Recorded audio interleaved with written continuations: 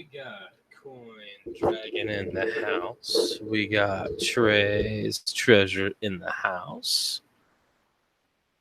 I kicked up a link on YouTube Coin Community. In case you guys just want to come in and hang out. I'm just gonna kill this box, so you're more welcome. Just come up and hang out.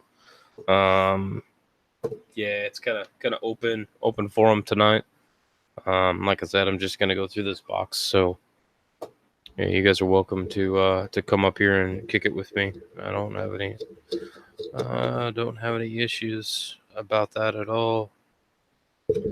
Try to get my camera all like non-jacked up. We'll see how that works, but I'm kind of hoping that this box is good. The last box was pretty decent, so yeah, well, we'll see. We'll see what happens. Your packaging. Hey, Core Dragon, I just want to let you know that 20 cent, man. It's mean. Mean. I'm just saying. Mean to do that to a brother.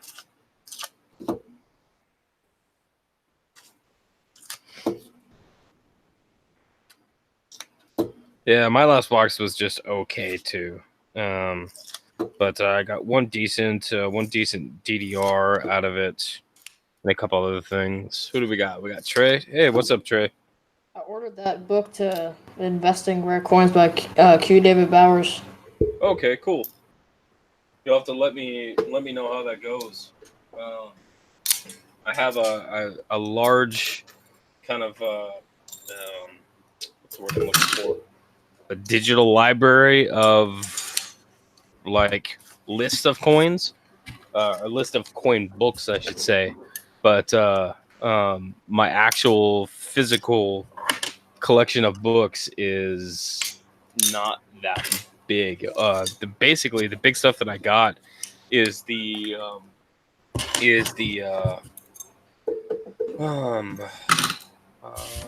name evades me.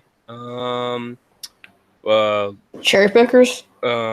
Well, I got a Cherry Pickers, the volume 1. I need to get the volume 2. Yeah, but same. The Flyers and the Indian Heads by Rick Snow. I have 4 of the 6.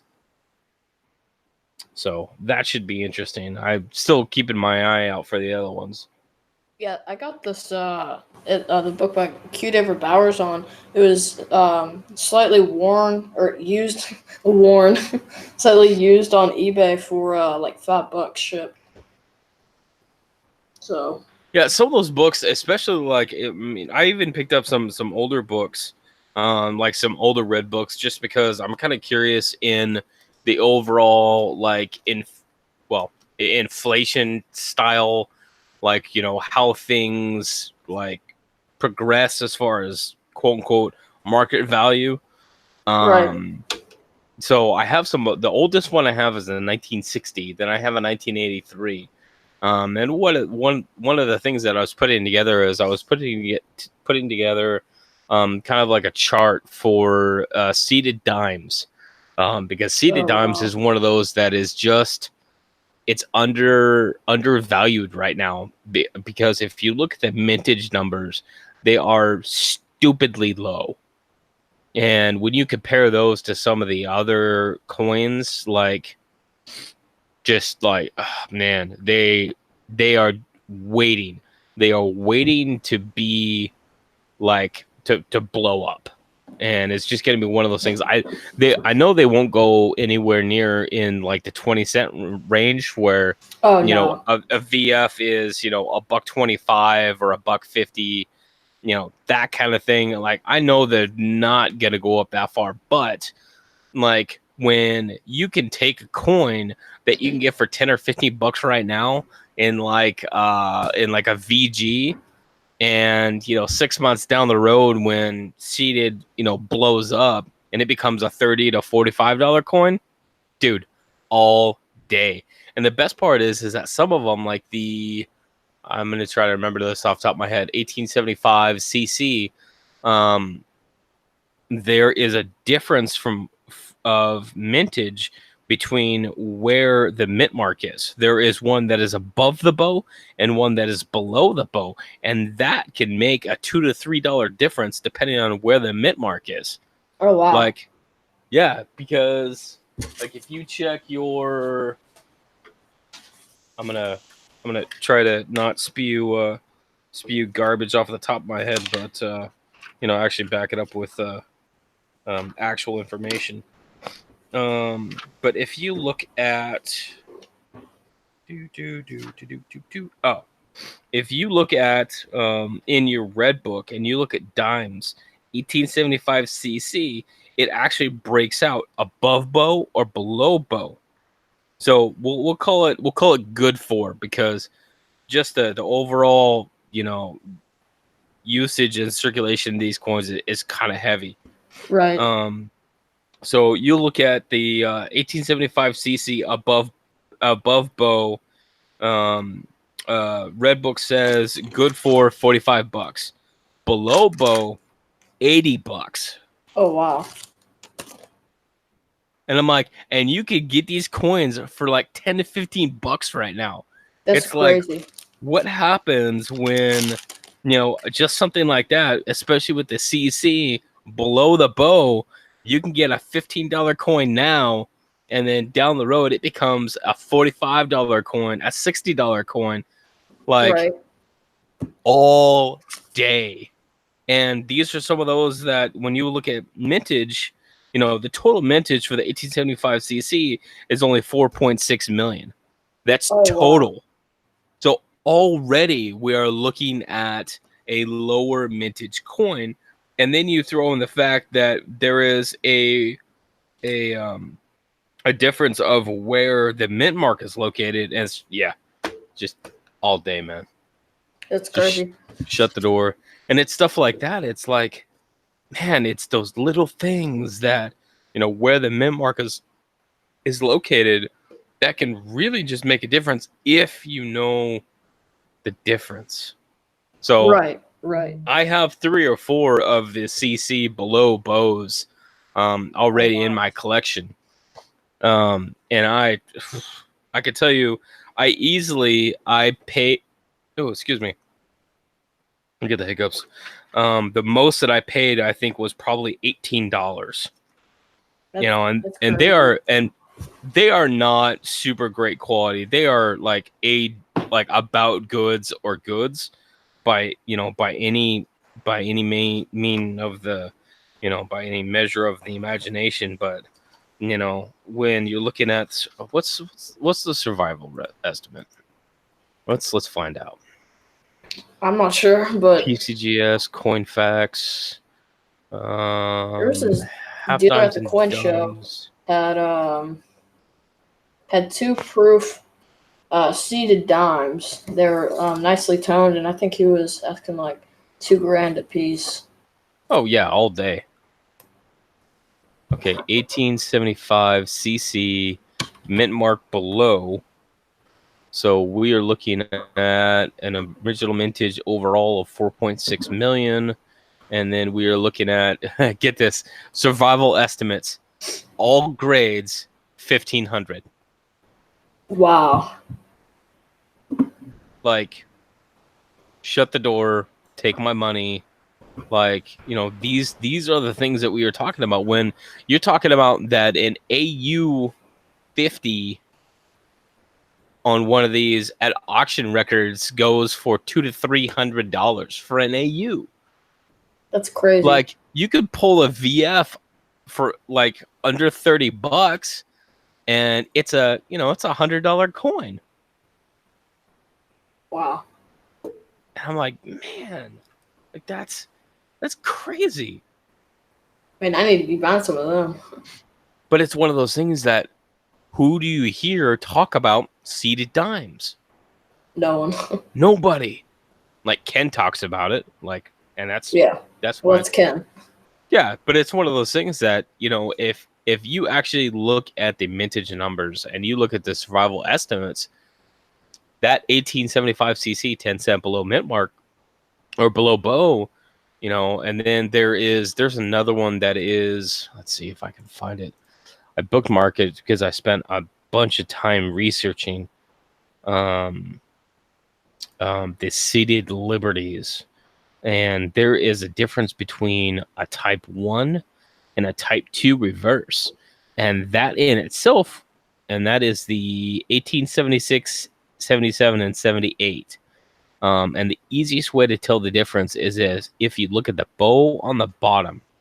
The Type 1 will have on the left ribbon at the bottom, will have a split end, so it'll have two ends. The Type 2 reverse just has a single end. Oh, okay.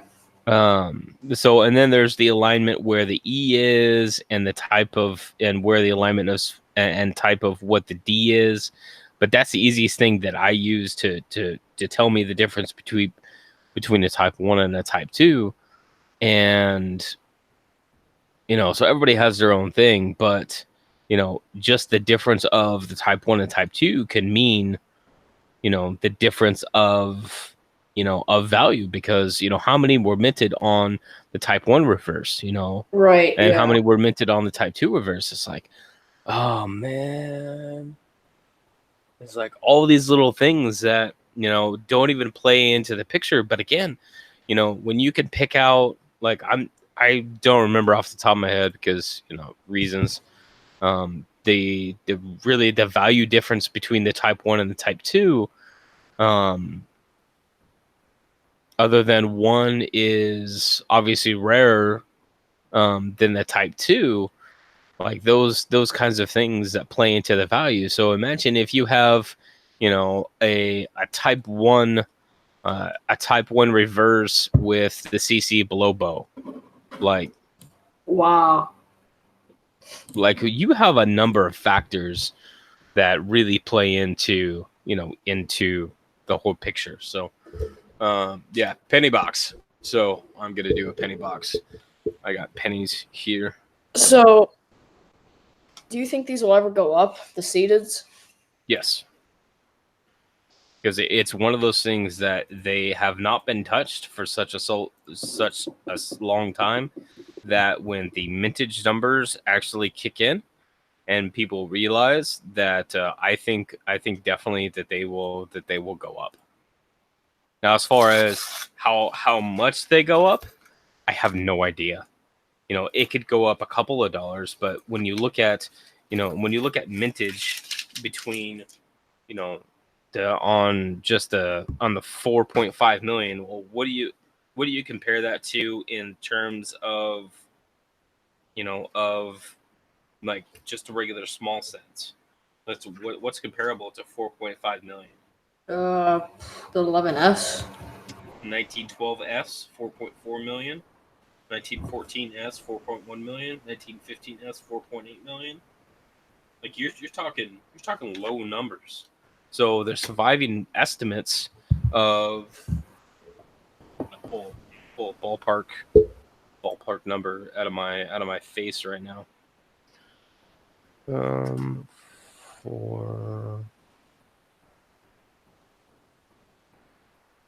1, 2, 3. Oh, that didn't work. God, what's a good way to calculate that? I can't even calculate that. I'm retarded right now. The surviving estimate of 1,500 divided by 411. Let's give me a stupid number. A surviving estimate of 3% ish. That's crazy. Like, what kind of, when that stuff actually starts hitting, like how much how much is that going to draw value on these coins when people start realizing how crazy the mintage numbers are. Right. And that's just the seeded dimes. Like, imagine all this other stuff. Like, Frank had a 20 cent up because he likes to be really mean about it. And it's an RP. The 20 cents, man. The 20 cents. If you actually look at the history on the 20 cents, they were basically a 100% failure right out of the gate. Um, and basically, it came down to that they were often confused with the 25-cent piece, which is, I mean, they picked almost the exact same design. So the effect that a lot of people didn't like them, and they were melted down very shortly after. And when you look at the numbers of how many were melted down, almost 80% of the entire mintage was melted down of the 1875s, and that was the highest mintage with 1.15 million of them. So, any coin out there in any condition is worth about $100 off the top, just because of what is actually surviving. That's crazy to think about. It's like, oh, my head hurts. Oh, geez. And it's that kind of thing that this is where the mintage numbers really really play a key point into determining rarity or determining value, because like the 20 cents, it doesn't matter if it's if it's a good, if it's a good, you're still looking at you know $90+ for a good. What other coin can bring $90+ for a good? Right, right. And you're saying about like, AU. Yeah, hey, you shut the door. You're looking at almost four figures. Wow. You know, and and realistically, it's because for one of those coins to survive in AU this long, especially after they went through and pulled them and melted them, like that has to have been one that was specifically kept, um, and kept in good condition, since 1875. So you're talking, let's see, 125, 150 years. That's like three generations of people. Right. And so like those those mintage numbers and those surviving estimates, again estimates, but those survival estimates, and they are just one of those key points that you know that some people, I don't think, take into account, and that drives rarity. Well, when you have a rarer coin, then you have value on that coin. Oh yeah. And to say a seeded Liberty dime is rare seems kind of dumb. But when you start looking at the actual numbers, it technically is.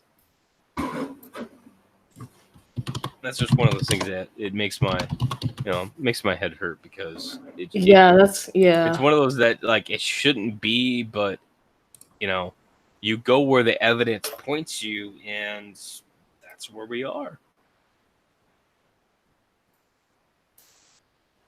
That's crazy to think about. There's, so little, survived. And that's just for the seeded dimes. Well, what other ones out there are like that? Who knows?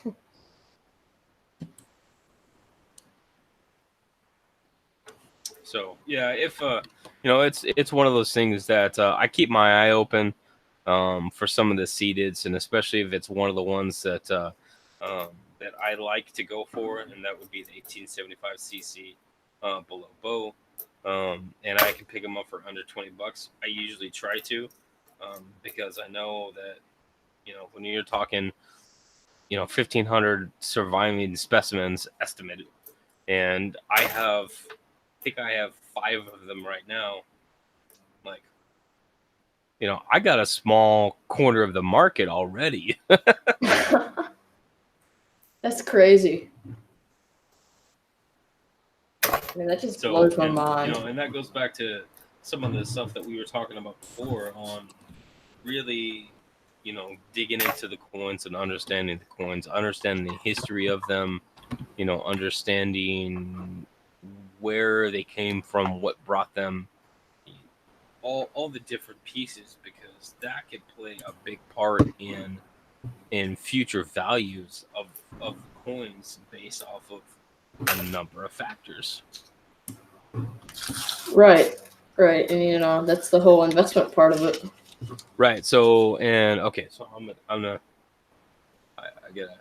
gotta say hi to everybody because I haven't done that yet. So Lincoln, hello. Melissa, hello. A Wild Bill, hello. Roadrunner, hello. Parker, hello. Mr. Coin Dragon, I think I said hello to you. Bigfoot is in here, hello. Smokey, hello. Bigfoot, Roadrunner, Wild Bill. Okay, I think I got everybody. If I didn't say hello to you, then say something in the chat. So, and then what Wild Bills is talking about, gotta have somebody wanting to buy the said coin. Well, when that history comes to surface, and they start pulling a premium based off of the rarity of them, those people that have them, stuffed aside, as far as type coins, as far as top pop. Not that I'll have anything in top population because all mine are about good or good, but still, when you look at the overall mintage of them, they're technically a rare coin. Wow.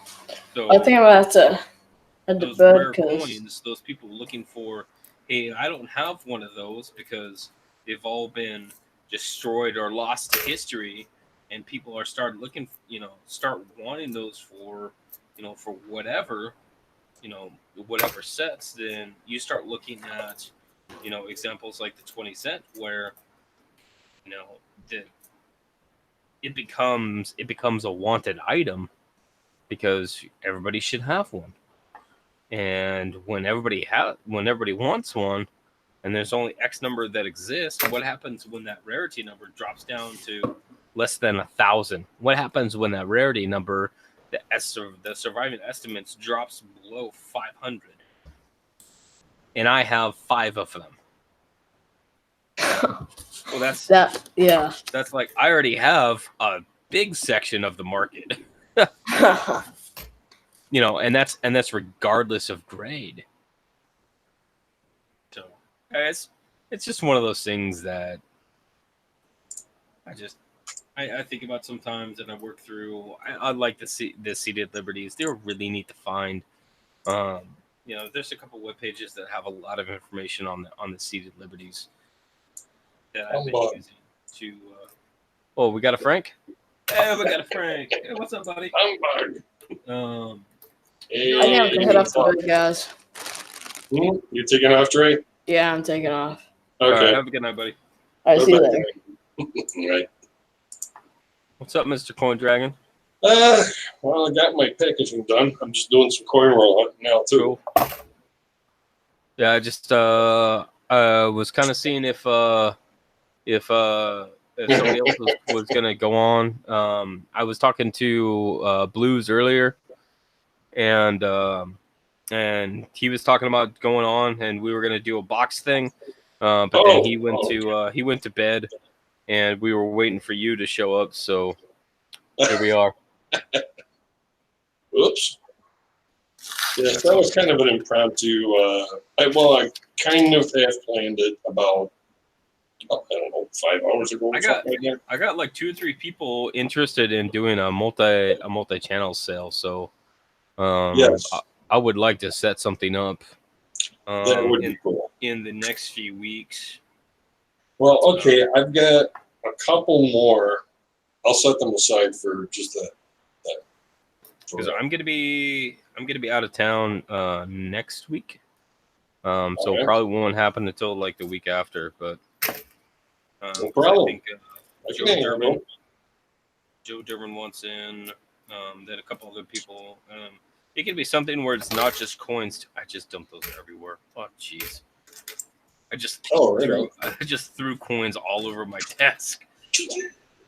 I hate when that happens. Terrible. I'm fired. Linda says that all the time to her kids. You're fired. Because you and I had talked about it. Joe Durbin wants in. Yes. I think Blues may have been interested in it. Let me check my notes. Let me check my notes real quick. Because he has those rolls that he offloads on eBay all the time. Okay, I don't know where they went, but my notes are somewhere up here in my mess. Joe Durbin, if we were doing kind of a platform sale, then there's some Joe D too that Oz would want to jump in on. So I don't know. It could be interesting. I'm down with it. But I think it fits a a magic number that we're all trying to get. So True that. Reasons. Exactly. Who's going to call the auction? I have no idea. I would have to figure out when we're going to have it. And once that is set up, then those decisions will be made. Because I have no idea. I just show up. I know exactly. I just pulled this out of a roll, dude. It's man. What's it? 1982 large zinc small date. Yeah, it's a 82 large zinc. But okay. Holy crap, the luster on this thing. I mean, it's like overloading my CCD. And I just pulled that out of a roll. I'm like, wow, this is pretty. I mean, it's got hits, sure. It's been in a roll, but wow, man. If I didn't have one in my dance pro already, this would probably have gone in. The reverse is even nicer. Oh, well, it used to be. Come on, you little doggy. Got Silver Nitrate and Alex Smith in here. Welcome, guys. Oh, Silver Nitrate. Hey, there he is. We're just Alexander, how you doing? Lincoln Roadrunner. No bass clef. Oh, yeah. Screw that bass clef. I play lead. You know what I'd like to find is I'd like to find the 80 Philly DDO. Like an 80, just what? Nice condition one? Yeah, just an 80 DDO, because that would be one of those neat. Oh, yeah. One of those stronger ones that you're like, clearly this is it, and there's no question that that this is it. And that's a good choice for that. Yeah, right. Sure. I had one of the 82s that were kind of like that. I want to say it was a class 5. I can't remember. Well, I bought it from this dude in Germany, and that was just my fault for not looking at I was like, oh my God, I'm going to get this for how much? I don't remember how much it was. But then I ordered it, and I looked, and I'm like, how many weeks to get here? And then Germany. Oh, no, I'll probably never get this done.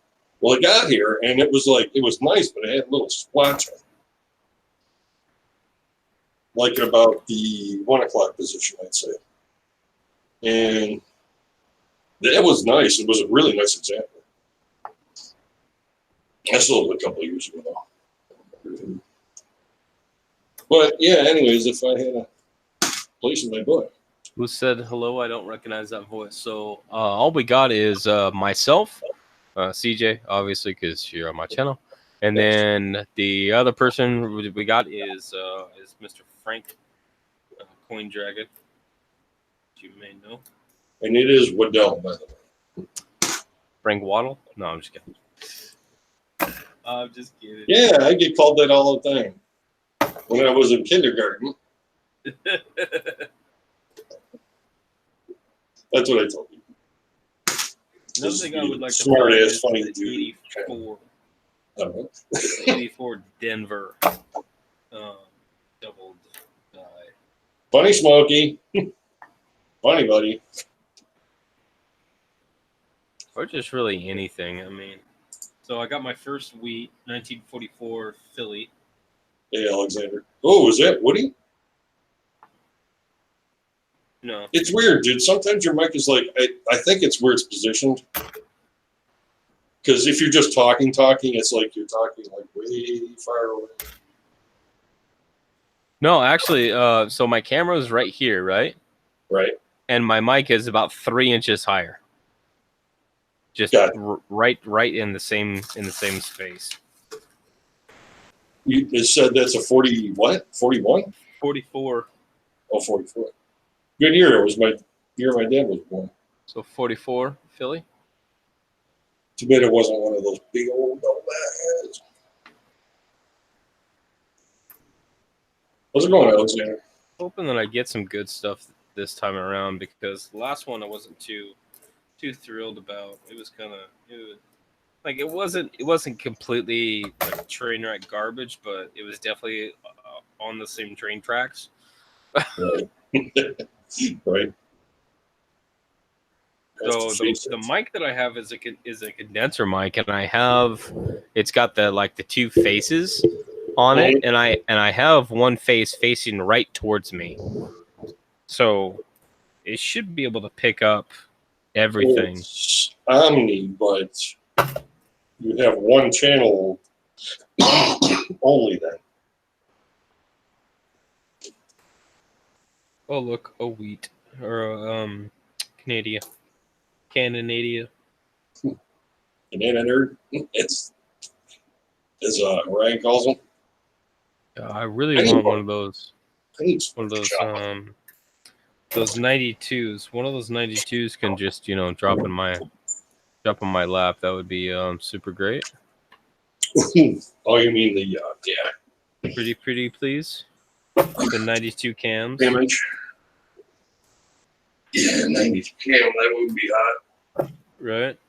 So I saw a post today. What was it? Oh, that somebody had found like their 26th 96 lathe lines, and I was like, man, I thought I had it bad. Holy cow. Ask Amber Pinnell about the late lines. Does Amber know, but she got a bunch of them? She had a roll of them, I think. One time. A roll of them? Well, not complete, but Dang. there was like 10 or 12 in a roll, I guess. Roadrunner says I will hit the LMC horde if I have access to if you do sale. Yeah, I would like to do a sale and have multiple channels on it, so that like we can go through and like if I do one coin and then while I'm transitioning to the next one, then I'm going to use Frank as he's my example right now. Then Frank could do one coin, then we can come back to me and I could do one or two coins, and then but I think it would be such a great option for people that that can come on and say they just have like 10 coins to sell, right? And it's just something extra that they want to get rid of. That would be a long show.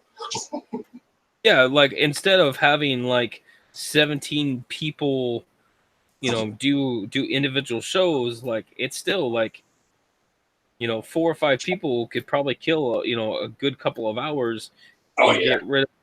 get rid of extra stuff that they have, because like I have I've got my bag of stuff down here that I'm looking to sell, but I know if I sit down and do it, it's only going to take like maybe an hour or so, and then that's all I've got.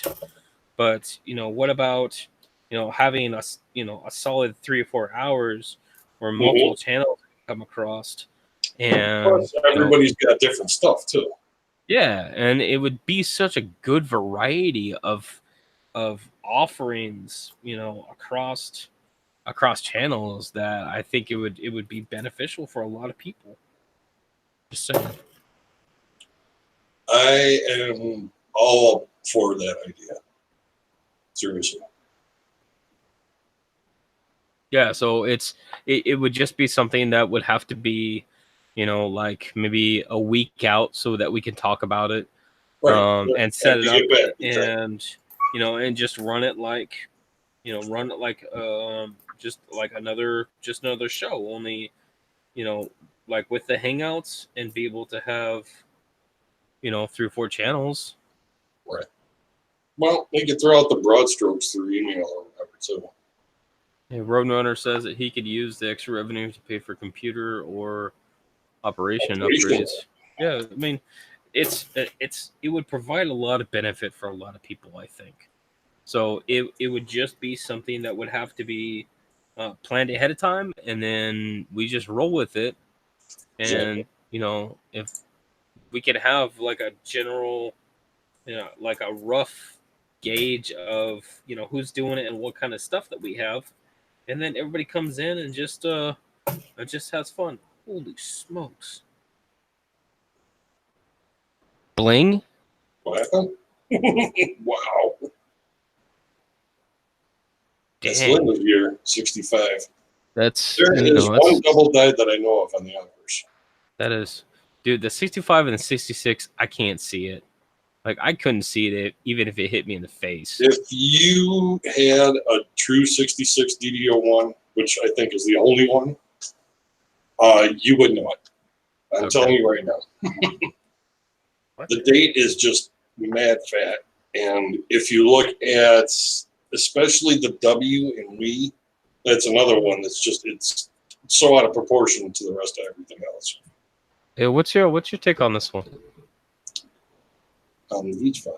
Oh, that's what year? 70 what? 92. 92. Oh, okay, so Zinkin. You can see zinc.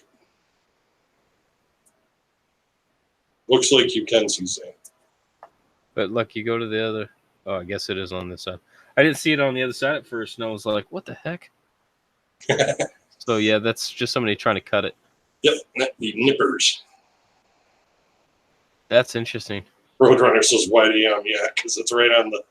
Dude, I wouldn't that- because all I saw, like, I didn't see that because I was looking at the date, and then I just flipped it over. I'm like, wait a minute, what do we got going on here? Wouldn't that suck Nothing. if it was a close Dude. enough, like Oh, right on top. I would cry. I would cry on camera. That's like the stuff of nightmares. I still send it in. I don't care if I would it too. pull details all day long. Dude, a 92 cam is still a 92 cam. Like, Exactly. I don't care if it's missing the wheels. If it's What's up, Alden? times 3. Alden, all right, take care, man. Have a good night, Alden. Alden's got a box coming from me. He should get it tomorrow, basically. So on Saturday. Pretty goodies. Yeah, like a medium rate box of goodies. Oh, right on. Yeah. So I like those guys. I'm excited for him to get those. I hope it shows up in good, in good condition, that everything's copacetic. Because I think he's gonna like it, and if he likes it, then that's one of those things that I can rest easy with. Yeah. Question about the 3D printers too. Yes, sir. The heated plastic, does that cause any fume concerns? Not if you're printing with PLA. It's if you just have it in a room, it's not bad at all. Okay. If you're running ABS, then yes, you have to do a vent on it, because the melted ABS does produce toxic fumes. Yeah. But the PLA, which is everything that I print with, just your basic room environment, nothing special. Okay. And you don't have any issues. I am still batting around between my ears like a pong match. Dude, there's one in my area that I am kicking around in my head right now that it is that it is $110, and he hasn't sold it yet. He still has it, and I figured that I could drop it down, maybe $100, and he might bite for it. When those kits are between 150 to 180 bucks. Yeah. If I can get another one for $100, then and the pictures on it, it looks like that somebody just took it out of the box. No kidding. So I mean, it doesn't look like that it has any significant, significant print time on it. So, all I would have to do is just get some MOSFETs for it. Print a couple of pieces to put a switched a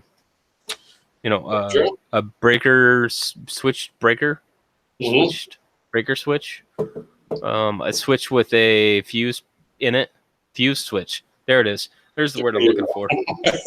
English is hard. A fuse switch on it, and then it's game on. I thought you were just talking about like a breaker that could end up current or something. But yeah. So how I have mine set up is that I've got the fuse switch, the MOSFETs, and then that plugs into a surge.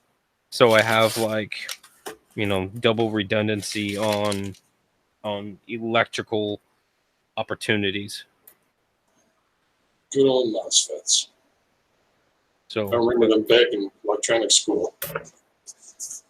Yeah, only these are a hell of a lot bigger. Oh yeah, no, they're just nuts. But I mean, people are building solid-state Tesla coils with them. We got Joe the Mint Durbin up in here. Yeah. How's it going, Joe? Joe the Mint. That's what I say every time I see him. Joe the Mint. Joe the Mint. It's like the old Highlander, the old Highlander show. Only be one. Duncan of the Cloud of the Clan McLeod or something like that. Yeah, it's so Joe of the Mint Durbin. Just saying. Remember, Robert was calling him wholesale for a while. So there's a 1966 1-cent DDR that's worth a crap load. Yeah, I wouldn't. Oh yeah. The DDRs are on the reverse. Like my pickup point for the DDRs on the reverse is that stupid R. For on the memorials. That stupid R just gives it away every time. The R on America. The goofy looking, yeah. Yeah, exactly. That the extra fat, I don't even know what to call it. It's not a peg but it's a it's like a gosh. It's like an elephantitis R or something like that. Like a cankle R. Cankle, yeah. Perfect. That's it's exactly a cankle. From now on. Just look for the cankle. That's no worse than swoops and ski jumps, I guess. Well, but at least those accurately describe what you're looking for, right? So that's why it's just it's cankle. Look for the cankle on the R. That's how people come up with these terms over the years too. It's something that's easily recognizable. And I thought it was magic. Magic and science. Didn't mean to ruin that for you too. Jeez. I know the whole Santa Claus thing didn't go over good. So. I know, right? Stupid Santa Claus. You give me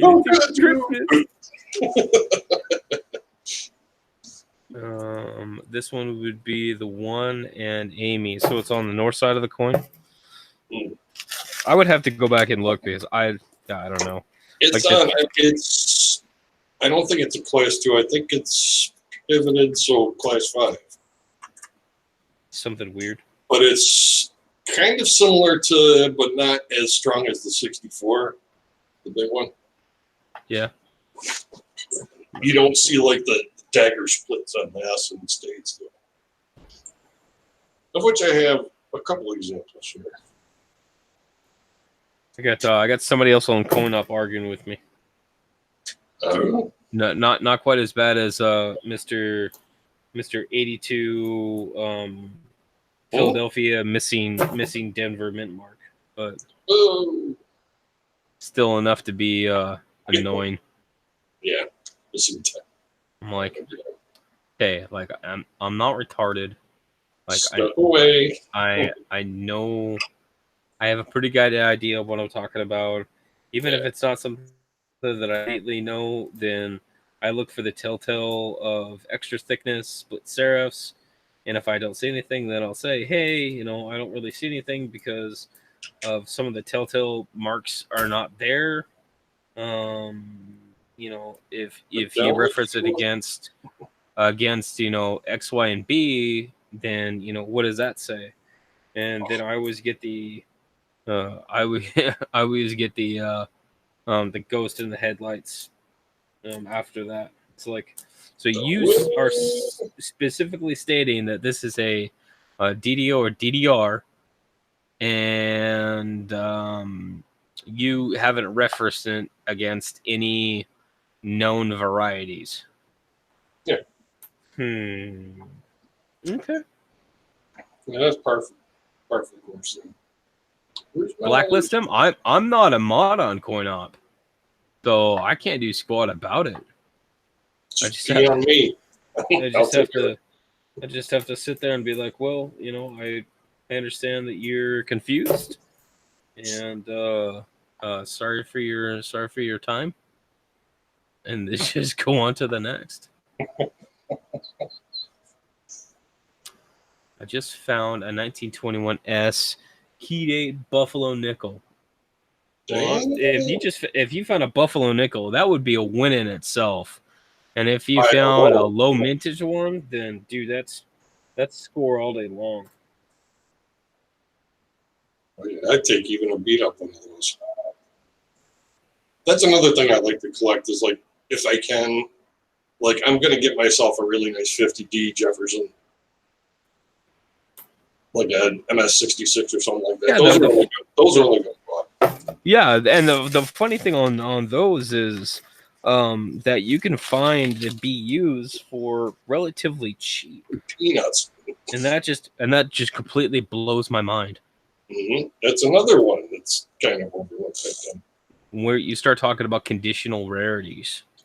Well, the conditional rarity aspect on that coin is everybody knew that it was going to be a key date, so they hoarded the crap out of them. So they are readily and plentiful in higher grades, but in lower circulated grades to actually pull a premium because of the situation.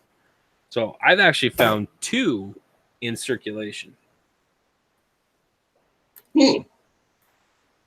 Which, you know, I'm lucky enough to find one, so I think the coin roll hunting gods are looking down upon me with my second one. With favor. Yeah. They're looking at me with favor because I've done something right. I just have no idea what it is. I have got to fix this backwards action here. It's making me crazy. Hold on. What? Magic and science. Turn off the camera so I can turn it on here. Otherwise, it has connections. Yeah, I love the 88 wide AM posts. Those are fun too. The wide AM. Yeah. At least the one a day. At least. It's supposed to be. They're like, no, but it's a rare one. It's like, no. Because I can clearly see from the designer initials that that's the designated design. Okay. Like, and like the biggest thing is that like, okay, number one, I get it. I'm a nobody. Nobody knows who I am. You know, I'm just some guy posted on a forum, and like I get it. But you know, if you understood anything about what I do or what I've done, then what's told for yourself. These Like, people just won't do anything for themselves. dude, for reals. That's the problem. Like, I really appreciate the people that you know, that actually respond to your comments, be like, hey, give them the link, and they say, hey, thanks for the information, I'm still learning. And I'm like, dude, all day. And quite a few times I said, hey, if you come across something later, and if you want to talk about it, just let me know. Yeah. And and then we can work through it. But I think in reference to what Wild Bill just said, I think the number one issue is it's beyond an opportunity level at this point. The number one issue is that there are so many videos across platforms. So Yep. this is not just YouTube. This is everything. There's so many videos and so many links and so many articles about how you can find this coin right here in your pocket change, and it's worth What? X amount of money, that everybody just sees that as it just happened to be in 1969. So This has got to be it. You people are just holding back information. You coin people, I'm telling you. Every single coin is they just pull that out of their pocket change, and they have the 1 in 5.6 billion coin, and it's not reality. And when the overall, like, general population of people, like, are A lot of struggling, times, they are trolls. like are struggling with life, they want that one off that will basically make their life. They want that 1 in a million shot when they could just pull a coin out of their pocket and it's worth $500,000, and that would fix all their problems. Easier than Lotto. Yeah. And my particular issue is when that's what you see. Those are the news reports. Those are the articles.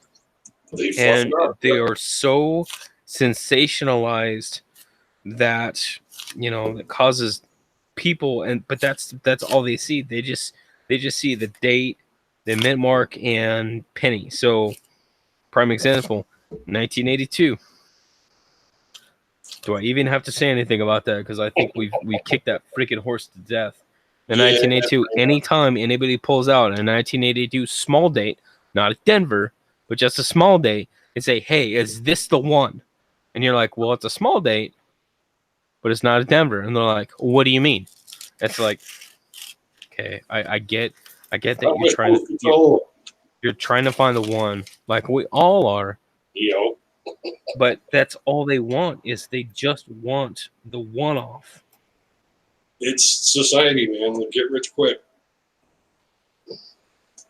So and like you said, if you think that these people, they think they found it in their pockets, they're going to go that crap crazy about them. Absolutely. And that's why people will get so butthurt, and then, like, particularly, I dislike Etsy. And I might be specifically jaded on this one. The coin sales on Etsy, that I think they're a bunch of crap. Just overall, because all of the coins on there are $400 or $500, $600 for for like this 62 Denver, and they're selling it for it's AU ish, BU on a good day, but they're selling it for $300-$400 when you can just spend 50 cents and go get it out of a roll, or go to your local coin shop and spend $1.50. Wow. So then when other people see that, that they think every single coin that's like that is in that looks like that 62, Denver BU, that every single 62 BU is worth, $300-400. That's not the case. It's another product of the Affirmation Society. Yes, I need to be validated here. So, and particularly because I had tried to sell some of my coin related 3D printing stuff on Etsy, and mine actually got shut down Come on. because it was against the community guidelines or some bullshit. But they can sell that. Because the coins weren't homemade, but yet all these other Etsy places are selling just the coins, but they're not homemade. They're actually a property of the U.S. government. So I love it. So you know what I'm like, Whatever. So whatever. So I'm in the process of actually revamping my website currently. I spent a little bit of time on it yesterday. I'm gonna get some pictures of some of the base items that I have available and ready to print, with PayPal links. Add cart or purchase now. That I'm just gonna put straight on my website. So I hope that. I have started so many websites and just lost interest in them. Right. There's probably 3 iterations floating around on the internet somewhere. But that way, it's gonna be one of those things where, in case that somebody doesn't, can't get a hold of me or whatever, that there's still a reference, even if it's just, hey, I'm inquiring about Item blah blah blah. About X, Y, and Z on your website. Can you tell me about that? And I'd be like, yeah, this is what I got. I'll put the basic information up there, with the basic price, and then that basic price is, most colors that I have in stock right now. Very cool. So that's the idea behind it. I kind of have started doing like Zazzle too. I was selling my fractal creations as like iPhone covers and stuff like that. Yeah. Not one bite. Not one. So I've kind of just let that off to the side too. It's one of those things that, like, if you start something, that it's something that you have to keep with it, and you have to be like have it active pretty regularly. Otherwise, there's nothing that's going to draw attention to it.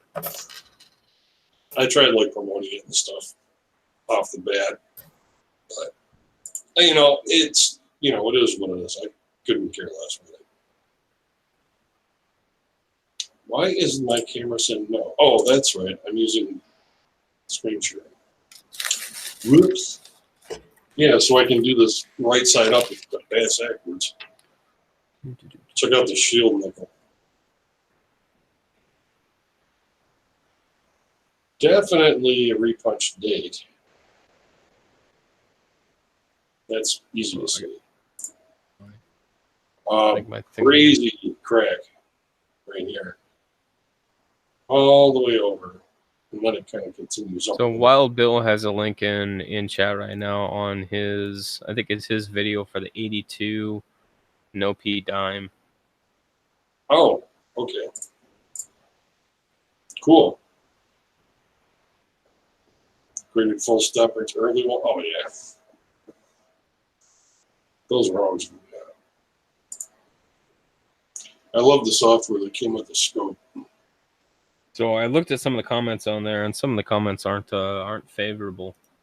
Specifically, there's one of them that is not favorable, but it's one of those things that generally under normal circumstances, coins that do not have mint marks are minted in Philadelphia. That is true, but there are some specific ones that should have mint marks that do not.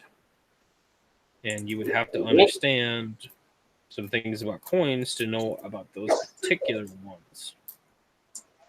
Like especially like the proof ones that don't have the mint mark. Like that's one of the big ones.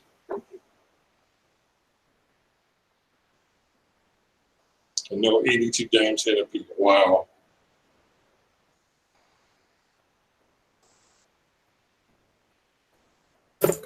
But taking that with a grain of salt, they probably only understand that the basics of coin mint marks, that coins that don't have a mint mark should be and have been minted in Philadelphia. But there are those particular ones that have things about them that make them special. And Interesting. those people probably don't understand that.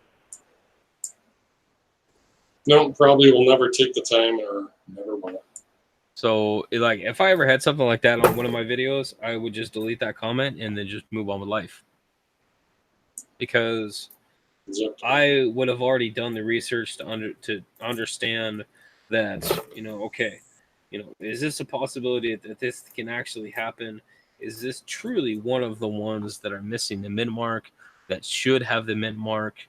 And all of those things. And once I've done the research, and I'm 100%, 100% aware of, what I'm presenting, then yeah, I'm just gonna delete their comment and move on, because I already know what it is. I've already done the work. Yep. No sense wasting oxygen.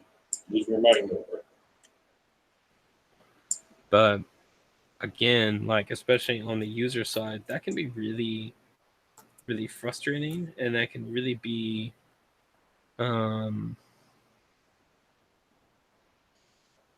It'll make you question a lot of stuff, that's for sure. Yeah. But if it's one of those things, like, especially if I know that person, and I know them in a high regard, then I'm gonna take what they say, and I'm gonna learn from that, and I may present information that accurately describes my situation, to make sure that I'm not misunderstanding. But it all depends on just the situation. Because I have no problem stating that I don't know everything. Like, everybody knows that I don't know everything.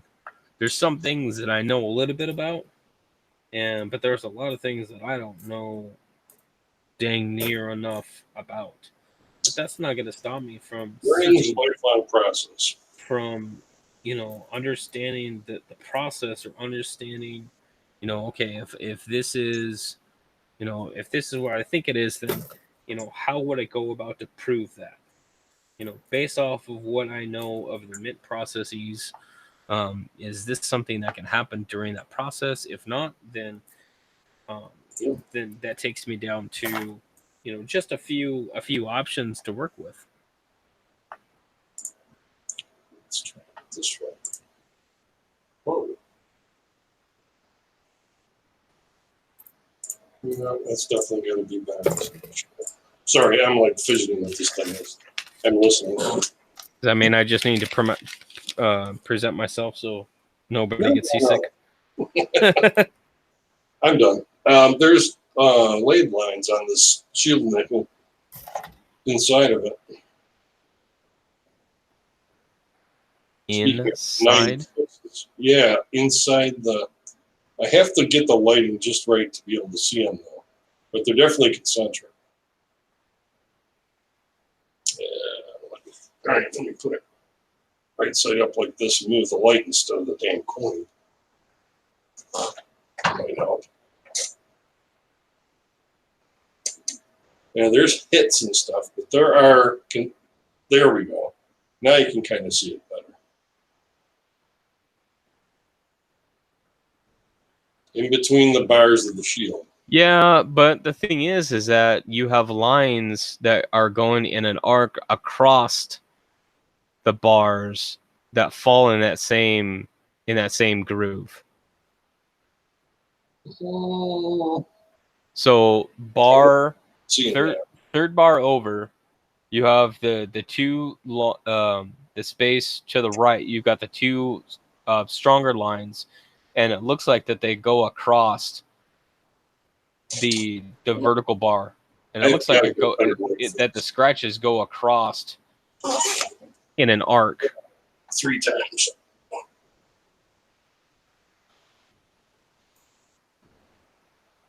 I don't know why I have to miss the focus. Because there's lines in those. We'll call them columns for now. Yeah, across those columns that line up with those marks. That would be my only thing.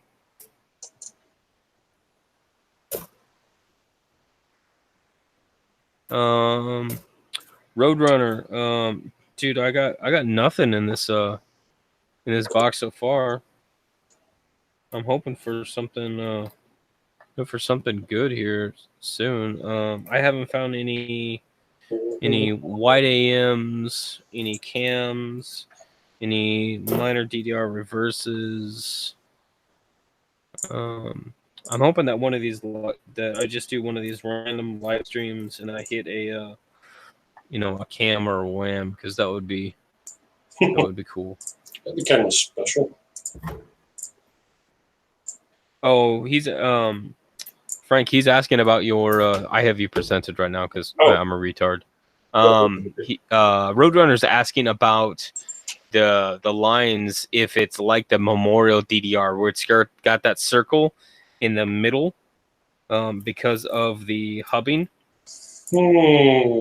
Maybe, but I'm not as familiar with the minting processes back then as I am with the more modern ones.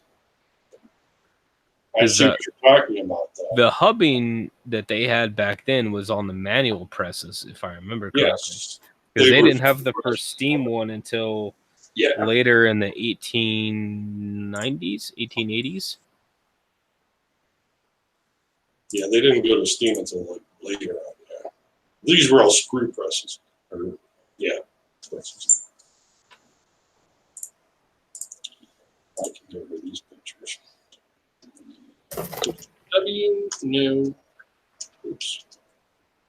I always jump to the end and get screwed that way sometimes.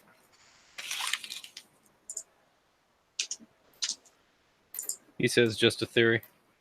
Yep. No, that's cool. I like it. That would be a great theory. That would be a really interesting thing to look at. The minting procedure. I almost said policy. That was wow. Mix them together and come up with crap. That's the minting procedure for those older coins and what they actually did. Definitely can't watch video. Yeah, right. No, but they might have videos of the machines themselves, because based off of how the machines are set up, there's certain information that can be extrapolated. Right. The CC Mint still has their old press.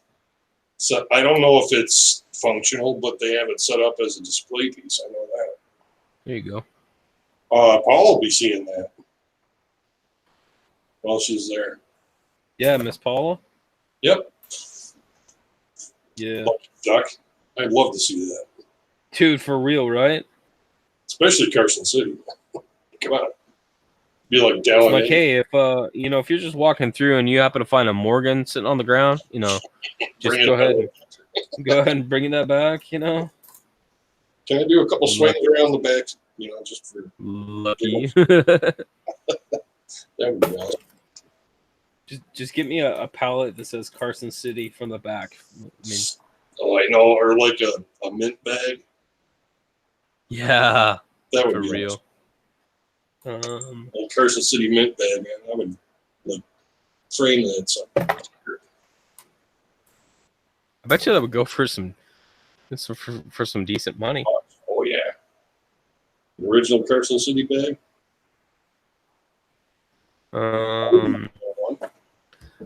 Silver Nitrate says, I think the VC Coins Nevada is familiar with the Carson City Press. Yeah, Because what's he's not too far away. Sweet. Because he's in Vegas, I think. So he's not too far away from the Carson City Mint. I don't know, man. The last few times that I went down to Vegas was a deal in itself. So I don't know. Maybe I got to take another road trip. Jaunt. Yeah, jaunt. Yeah, it would be a jaunt for me. Yeah, Just take a nonstop flight for like $59. Non-stop. Not me. I insist on my flight stop. Preferably right at the end. Yeah, they run specials up here up at the Portland International. They have specials for like $60 or something like that for a one way to Vegas. Oh, wow. It's like hopping on a plane Friday and then running the weekend down there and then coming back up. Wow. Yeah, that would be deadly. I mean, I don't. Yeah, right. If I went to Vegas, I would definitely want to just, to add the experience.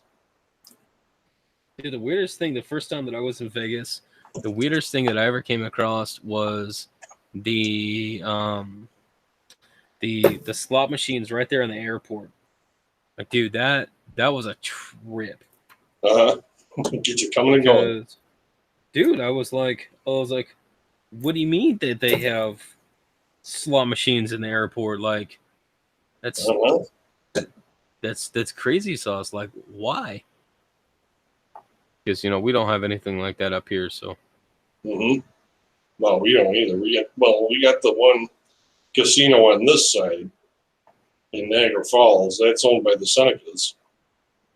On the Canadian side, I think there's 2 or 3 now. Maybe. I remember it's weird because I remember when I was like in my early 20s, just walking across the bridge for a dime and hanging out at like what was called Maple Leaf Village at the time. It was way better than, the American side's kind of got crap to do. The Canadian side's happening.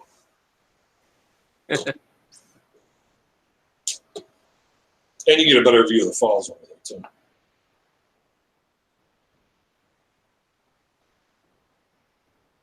Oh, snap. Yeah. That is a good wheat to find right there. I will take that one all day long. How about a 1930S? 1930S wheat. Got it up on the... Okay. Wow. Focus. I can't see it. There it is. It's not terrible.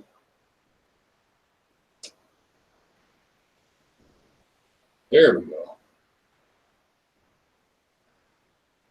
Wow. I'd get that XF all day. It's not bad to find a roll.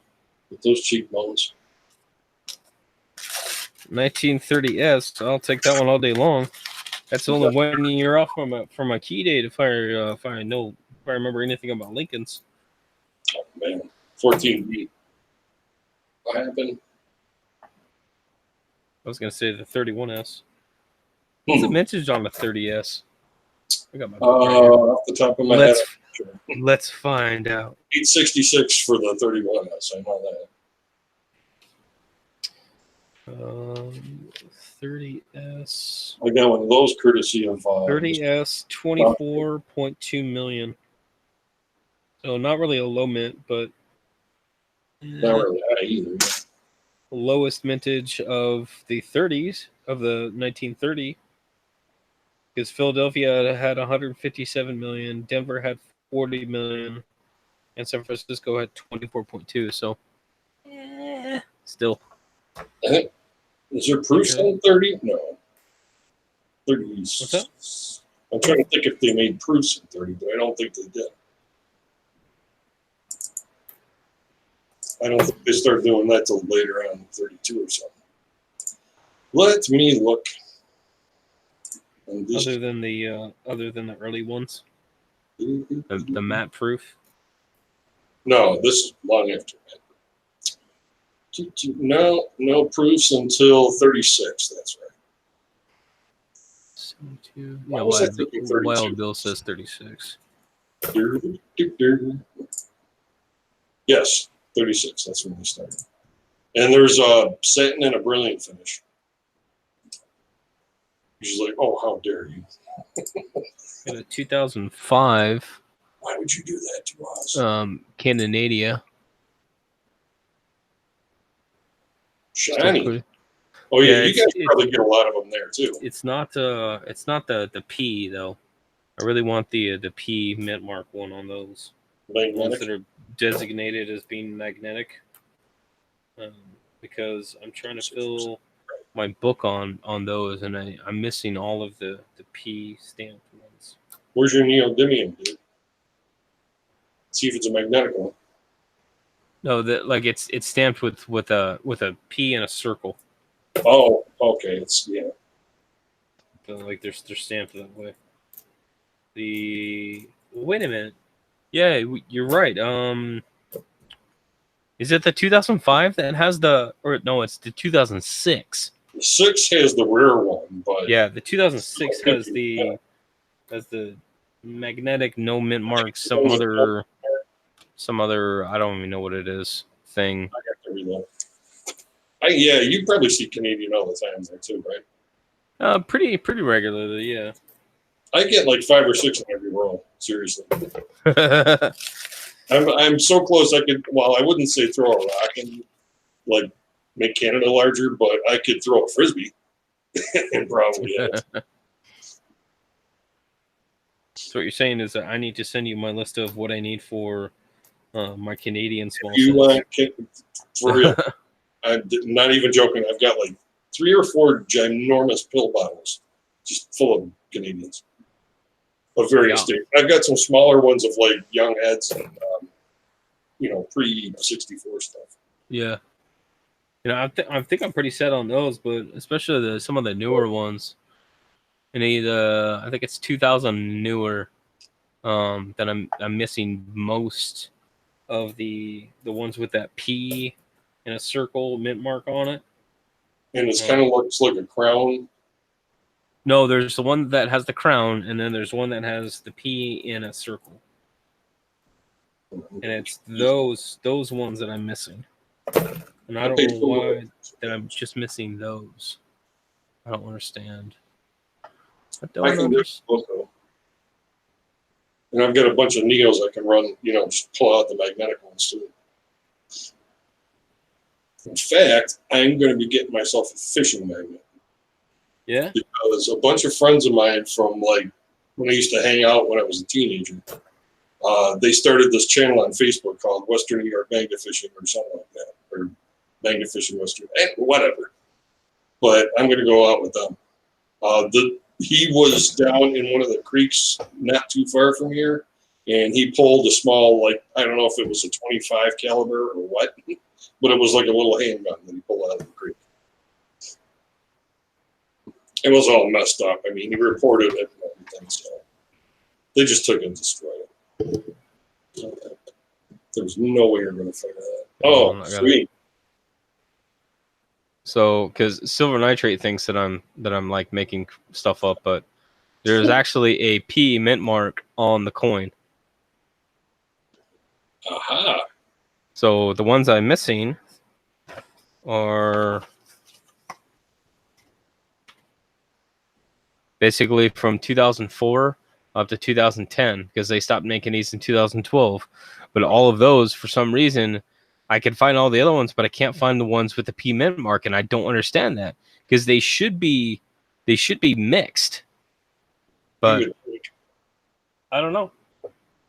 I will see what I can find. If you happen to find any of those with that that P mint mark, I will just straight up buy the whole lot from you. I'll just send them to you. Because like I could use them for both of my books.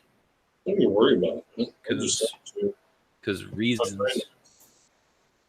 I honestly like, and I don't know a lot about the Canadians either. Like, there's one on there that is the 2003 Uncrowned. Dude, I have no idea what that one's about. I'm assuming that is just the picture of Queen Elizabeth without the crown, but I don't know what that's supposed to look for. I haven't even tried to look at it yet. So, can you see the screen? yeah. This is one of the pill bottles that I got for. Dang, dude. Yeah, you got a lot. Yeah, just fuck like curl with this thing. it. But I've got, like I said, 3 or 4 of those. I'll dig around see what I can find for that. I think I'll open this one up. Yeah, at least they have some kind of identifying factor that they would stand out if you were just looking at them. See if there's any magnetic ones. I usually yank them out. Huh. You never know. Well, that's interesting. Here's a shiny one. Put that back up there. 73B. What's that? RP image. Is it raised? Weird. It's a good dye dot or something. Here's a 2000. No P though. I don't know why I keep these. Spin it upside down and see if I got color to it.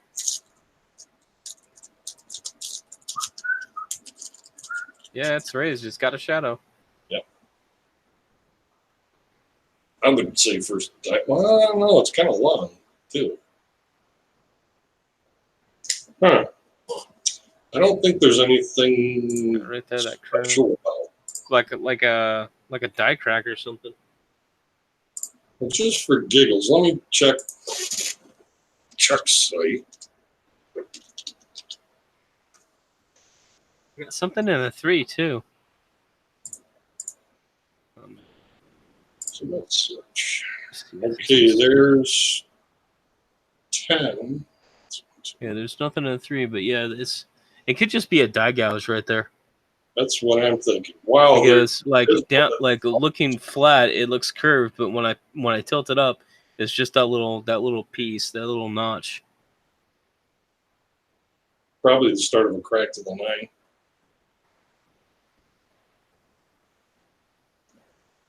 It looked like there was something between the 7 and the 3 too, but it just might have been that. Yeah, there's goop right here, and then there was just a piece of lint sitting on the 3. Oh, okay. So, yeah. There's a really nice DOVD South for 73Ds. Yeah, I'll set that one aside and just look at it later when I have better light. There's just a few tilted ones. Yeah, it's a minor, but I still call it something good. A 2000D DDR that's not listed. Still a lot unlisted. Well, you're right. Yeah. Find new stuff all the time. So I would like to get that one into Chuck and get and get 2003, no get it listed. Because that would be another win for our coin community. Because I know Lemons has had one listed. Amy got one listed. Oh yeah. Is there anybody else that Got a has bunch of stuff on Cudzing. like a legit listing? Yeah. Probably. I don't know about it because I've got a couple in there. I'm in my cave over here. My corner. My area is starting to turn into a cave. I got my music equipment over here, and then over here is my scope behind me, kind of. And there's another table, and I've got my set kind of here, where my laptop and everything is. Another 3, but it's not a P. I'll keep my eyes peeled for them. Got another wheat, 1954D. Yeah, Roadrunner. Oh yeah, Robert Lawson, but he's. I mean, us normal people. That's a super. I would expect that from Robert Lawson. Oh yeah, he's got some. He's got a bunch of them like that. 44, man. What's that one with the 5 on the cheek? Drop letter or something? 66, Craziness. Yeah, the 66 SMS tank. I haven't found those, but I have cherry picked a couple of 66 SMS sets that have the double profile on the half. Yeah. Very, very pricey coins. They'll pretty much though. I have my biggest cherry pick is still the Snow 9. That's like my one. Snow 1. My number one hitter is that one. That's the ones you're like, please don't let him realize what he's got. Please don't let him realize what he's got. No, that's like, the one I got that I got from Lemon. Oh, is it? Oh, okay. Yeah, that's a Snow 9. Although I am watching one right now that I know what it is. I know very well what it is. And, dude, I want it. I want it bad. Flying Eagle? Snow 8. Oh, right on. Snow 8 Raw. Same one? Oh, no, that wasn't me. That was something else. So I'm hoping that I can get it for less than 60 Raw.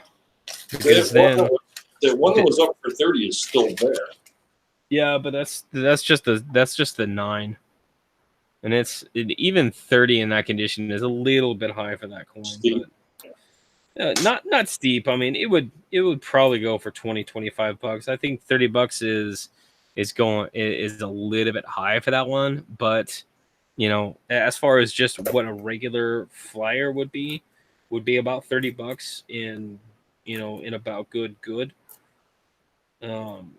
So yeah, I mean, there's a couple of them that are like they are totally like freaking trashed, even though you can absolutely tell that it is that it's a Snow 9, but they're so wasted that it's not really worth it. Unless you could get them talked down to, 20 or less. I gotta have a look at this one. This to me looks like, oops. We'll close out with this. But I'm hoping that I can get this one, because if I can get this one, then that means that I will have all 2 of the 3 of the 4. 2 of the 3. I think 2 of the 3 Okay. muled clashes for the 57 flyer.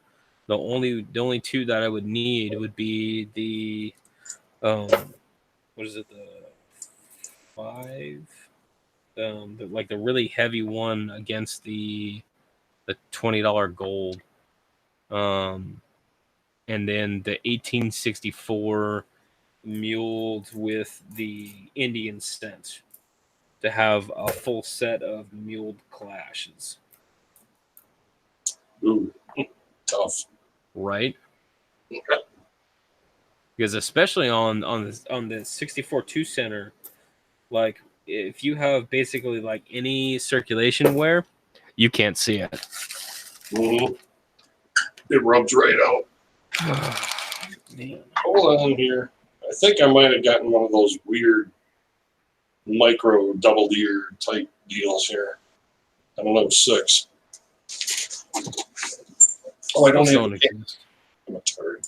A figment of your imagination. Screen share the darn thing. There we go. I'm a little late on the subject here.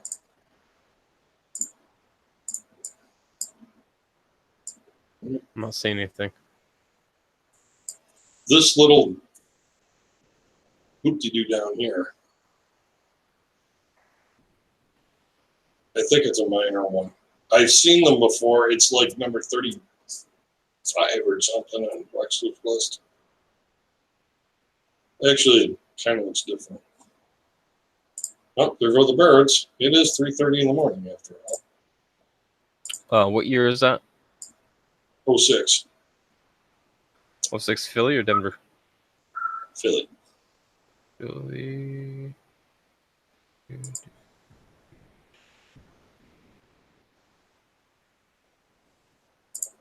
Wow, both of us are on the site and it lags.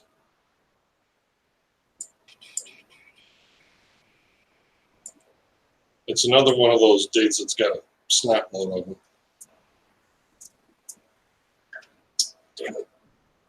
Yeah, but most of them with the ear is on the west side of the ear, not the south. Let me find it. There it is. No, this one's too far up, I think. Maybe.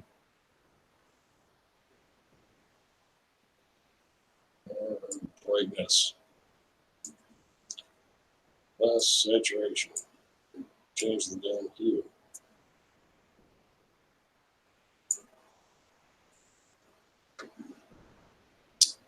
I Okay. can't get it to the You're talking about number 34, and it would just be southwest of the bottom of the lobe. What you're pointing at is way too far south. Yeah, that's what I'm seeing too. Way, way, way too far south. I think I have a 34 too. Somewhere. All right. False alarm. To the Coinstar you go.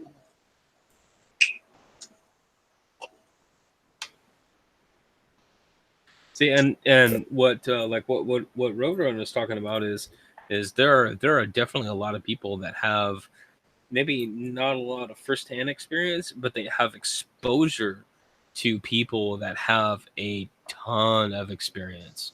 Mm-hmm. And that, man, that gets you such a, such an advance that it's not fair, man.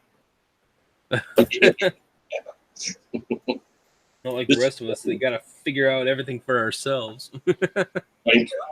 Yeah. Well, experience is a very good teacher for some things. Right. Ooh, hello, 83. What do I see with thee? Nothing. Move along. Move along. So nothing. Nothing. Figment of your imagination. Yeah, it's a very, very deceptive MD, dude. Very deceptive. Yeah, It almost looks like number 2. I would like to also find a, if I can find a second 1988 with the 89 reverse, that would be super fantabulous.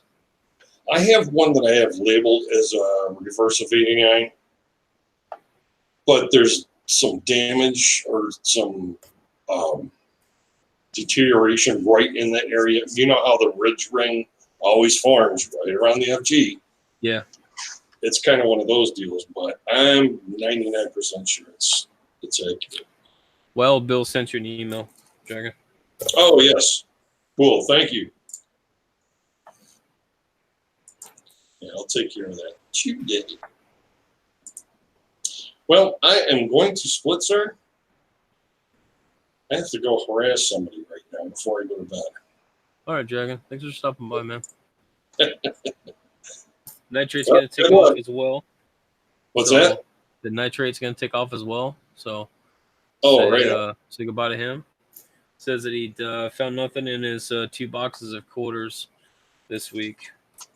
Dude, like I Oh. couldn't even find any 2009s 6 weeks after the first one came out, and I didn't even find any 2009s. So if you guys even find any 2009s, then you guys are ahead of me. I'm just throwing that out there,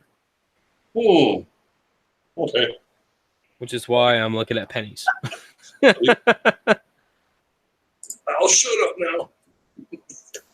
All right, man. Take it easy. And good luck with the rest of the rolls. Cool. Thanks, bro.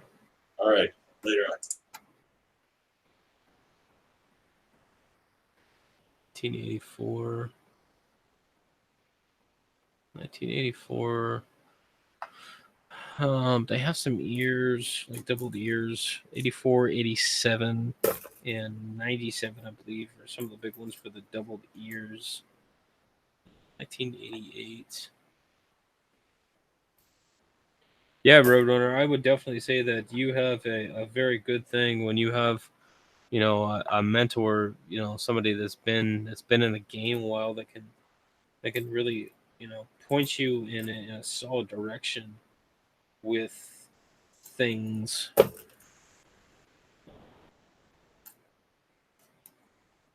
Everything that I guess, learned is all the stuff that I've figured out. So, and that's why that I stress, like, I don't know everything. I will never claim to know everything. There's stuff that I do know about only because I've researched it a bunch. So, and I can only recite the relevant information as far as what I've taken away. So that's why I like to do some of these videos about some of these coins, because there's I don't think that there's enough um, teaching about these coins. Now, not everybody wants to learn about every single variety or every single um, you know denomination or whatnot, but I think there are definitely some people that enjoy watching informative videos about different things. So that's why I started the commemorative series, because I don't really see a lot on the commemoratives on YouTube. And there's the biggest thing with commemoratives is that there is a lot of history with them. So, I figure someone else would like to watch those and learn something from them. It's something different, something cool.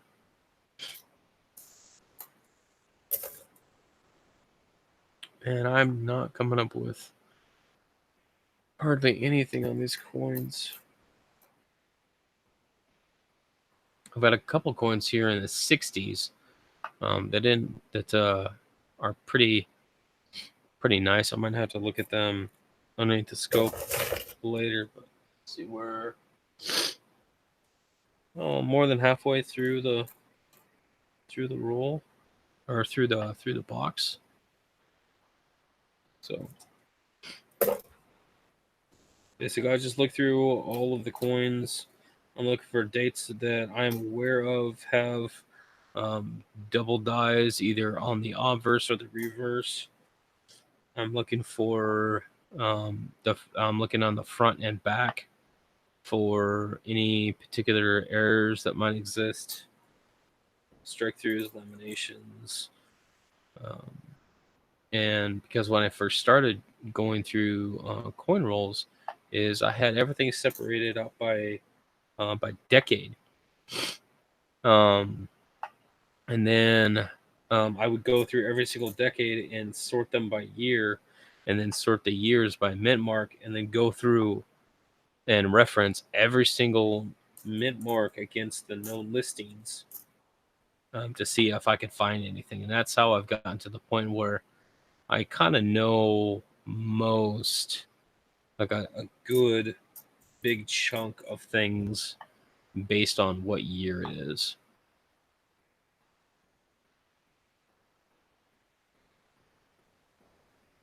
Was in your shoes till a year ago. I just don't bug him when he is busy and gives him carte blanche. Oh yeah, I got through a 25-cent box. Just a few 2009 19D and a bunch of AU 82, 83 P&D quarters.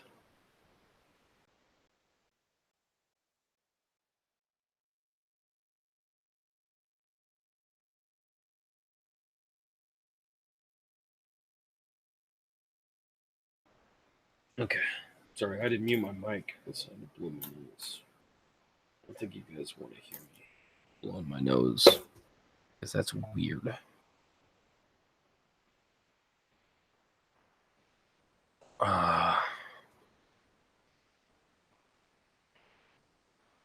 Yeah, there's a lot of history in the coins that I like to discover, especially when the coin has a particular history, like the 20-cent piece, of how long that it took for that coin to come out and how many things had to come into play for those things to even be minted. And then, like, immediately after they were minted, it was basically just a giant flop. But the actual process of getting those coins authorized and minted took like over a decade. And that's kind of an interesting thing, because when we think of all these other coins, and their designs, it might take a couple of years for the design to be finalized, and the dies made and all that stuff, but it's usually only like a 2 or 3 year process, for new designs to come out. Then you have this process that took 3 or 4 times that amount, and it turned out being really bad.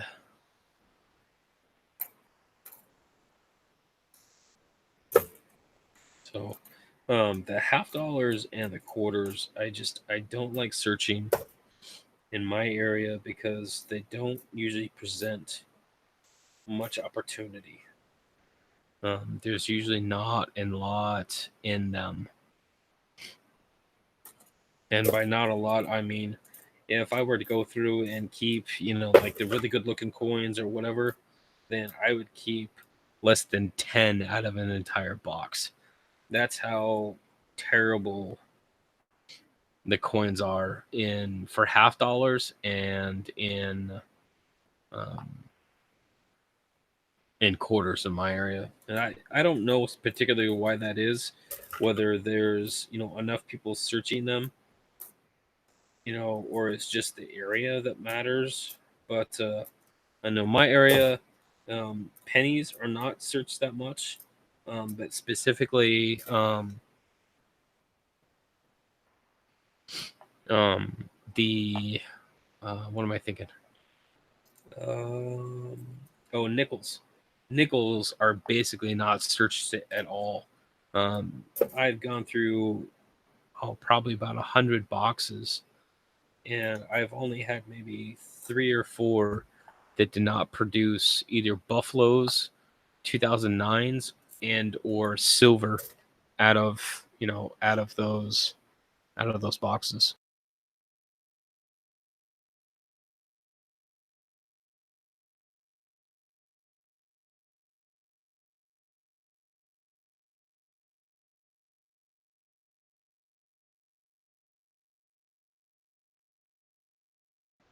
There we go. Sorry.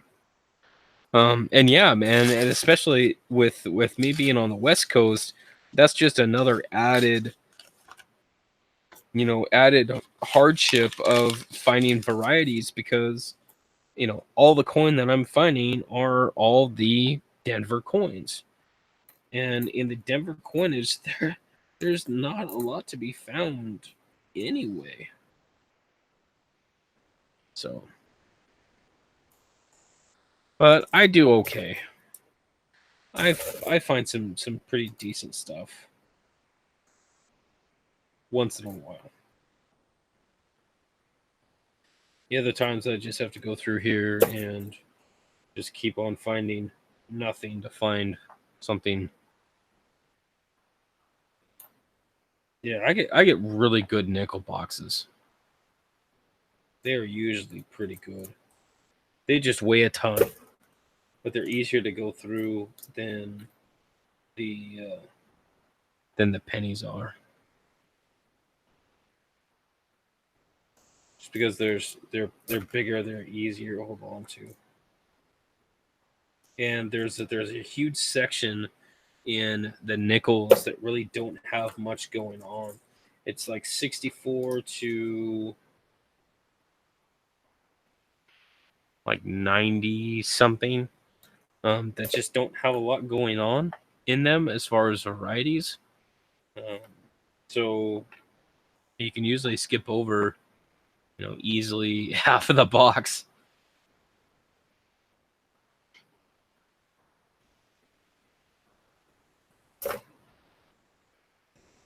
88, 483, 83, 84. 84 Denver has it on the date. I'm in Monterey Bay, so I'll actually see all of Mets PB list available, of course. I've been down to Monterey a couple times.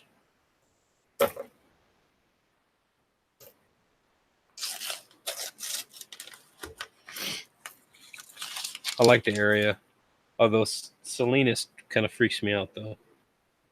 I don't know what it is about that city.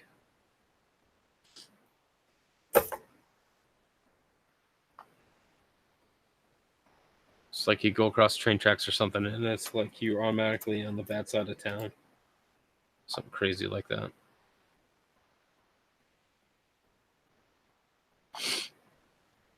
'64. That's 16, 2005. 99, 2006.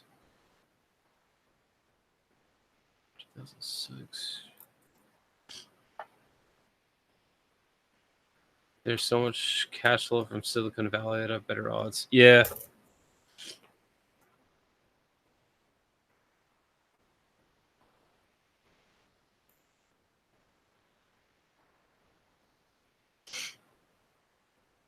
And unfortunately, a lot of a lot of corner hunting is actually just luck. Is actually where you live.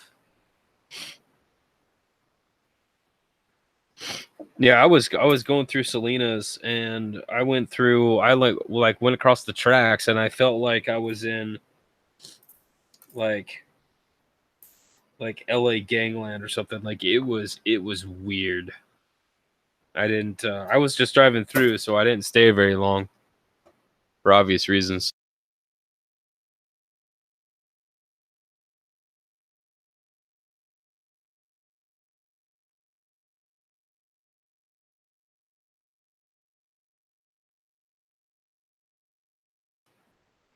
But I survived, so I had to do something right.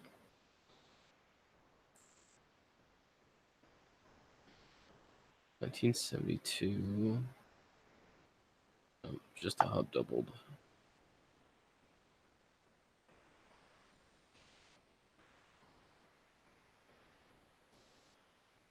$82. Lots of shoes. Another 64. Looking on the obverse and reverse of the 64 Philly. 70S. Large date.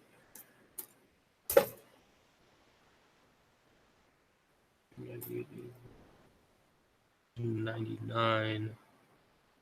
99 close. Yeah, I'm sure it is.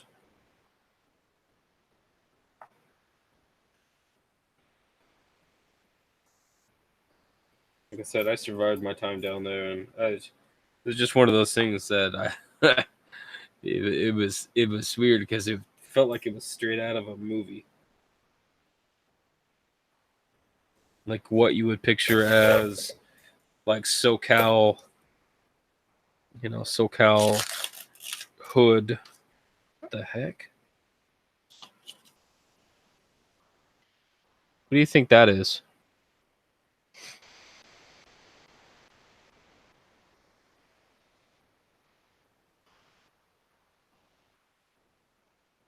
I think it's a dime. I think it's probably a worn dime.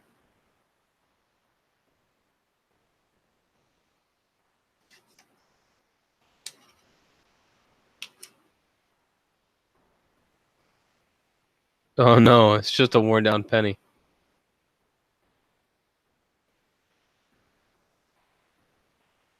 $2003. It just says the edge is worn down. Dang. That would have been cool. It is. It is wore. It is wore down. That would have been cool to find a dime.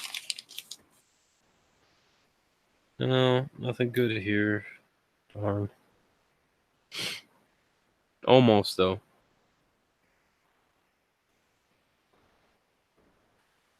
And the right color.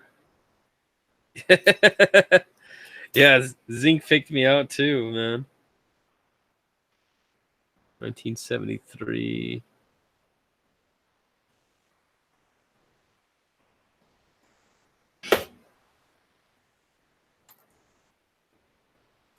'73. 1984. Hey Z. Thanks for stopping in, man. I'm just going through a box. I'm just out here talking to myself. Going through a box. Not really finding anything significant. Nothing crazy. The normal stuff.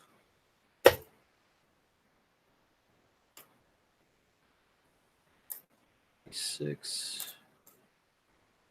97. 97s, I look for the ear on the obverse, and then on the reverse, I look at the statue. Because there's one that has like doubled knees, like right in the middle of the bay, and it's just such a weird one that it would be really cool to find one of those. I'm pretty sure that I found one once, but oh, excuse me. But I think I threw it back somewhere because I haven't been able to find it in a long time.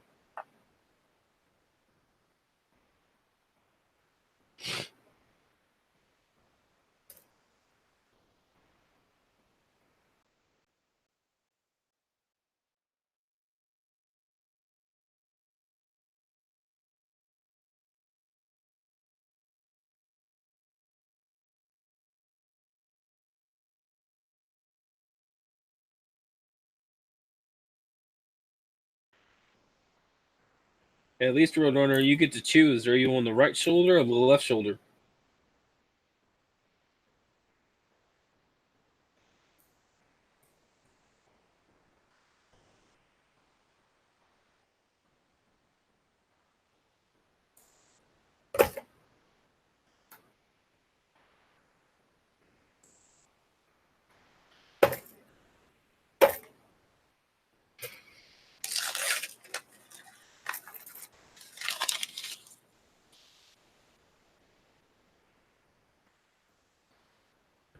$1980, $75.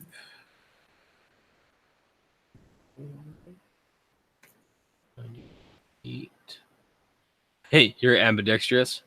So you're on the left shoulder and the right shoulder?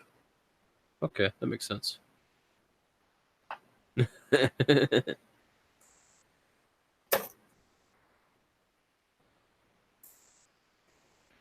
92. Looking for that can. No such luck. 1969 Denver. 1990. There's a 60 large date. Denver. Doesn't look like it has any RPMs or anything. 92. I've seen a lot more 92s come in these roles than I have recently. So I think that's kind of interesting.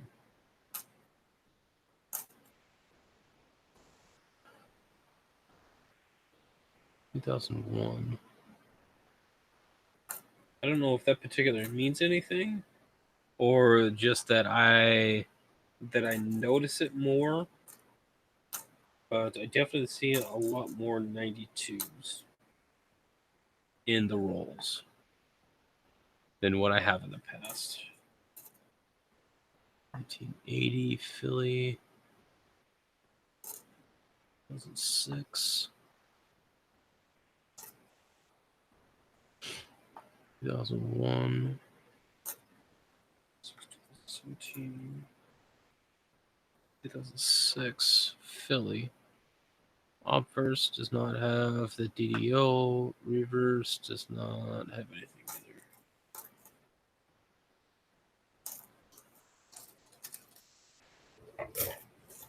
either. Metro shoulder.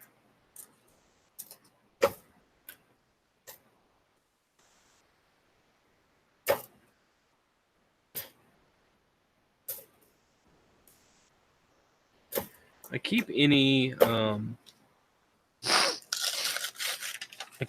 good looking 2009s.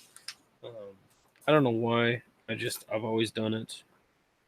I have a pretty solid collection of them. That I've put together sets of the Philly Endeavors before. I haven't done that for a while. I probably should.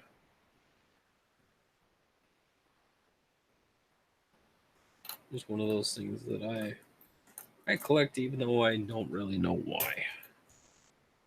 It's okay. I don't have to know why. I just do.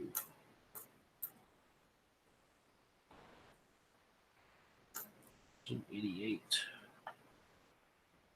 88. You know, start it, but you still stir it. What kind of utensil are you stirring it with? You stirring it with a 5-gallon paint stick, or are you stirring it with a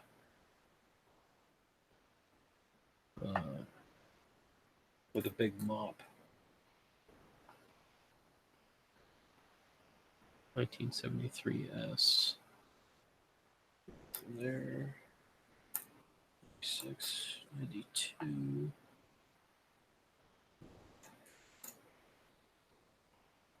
I don't know what I would ever do if I found a 92 cam.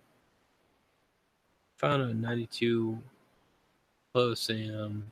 Like I think I might accidentally just toss it. Just because I'm so used to not finding it that it wouldn't even register that I had found it. That would be embarrassing. Like, where is it? I've gone through 6,000 coins already. It's got to be here. And I have to go through all of the coins that you just went through all again just to find that one coin.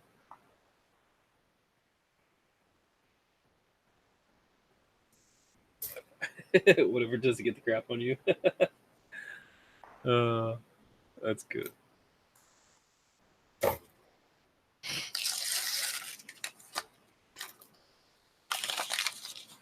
Yeah, I don't know what you're talking about. I'm just sitting here. 2015, 1980.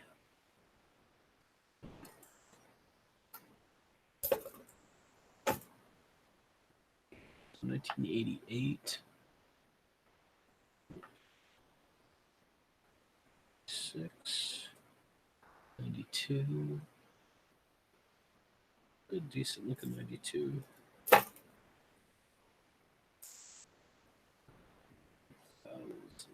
90. 6. Looking for the laid lines. 1980. 1995. 1995 has both the double die on the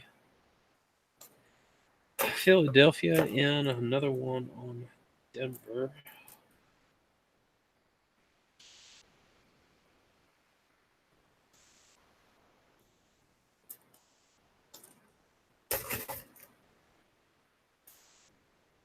89, 16, 90, 3, 5.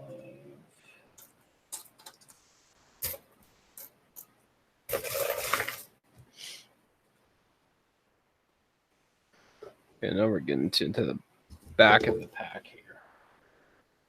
So after these rolls, we are at the last 10.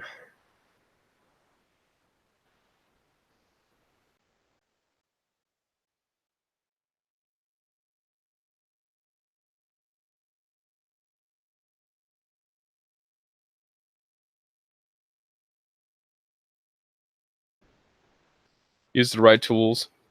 Stay clean.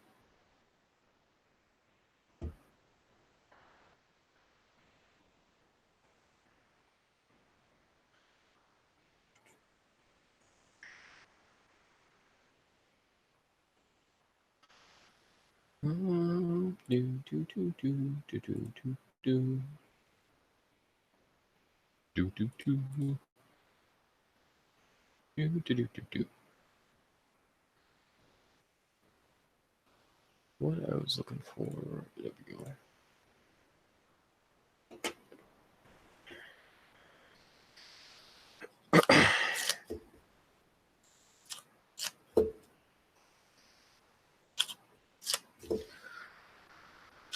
So what is the number one thing that you guys find in rolls as far as errors?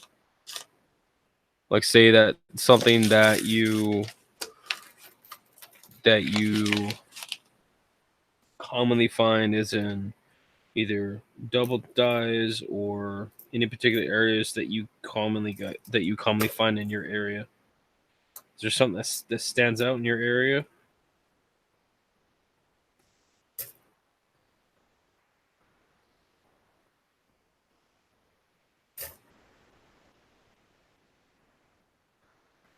$99.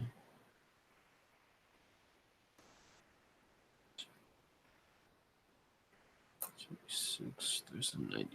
Two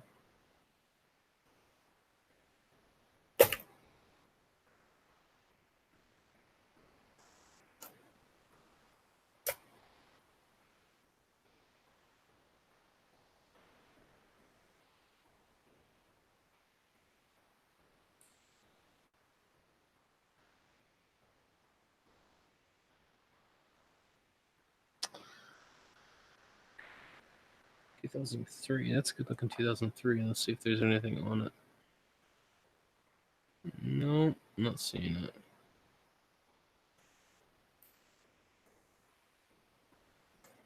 What's the 2019s? I've dumped almost all of my 2019s that I've got from that one box, just because now they're so plentiful in circulation that there's really no point in me keeping them.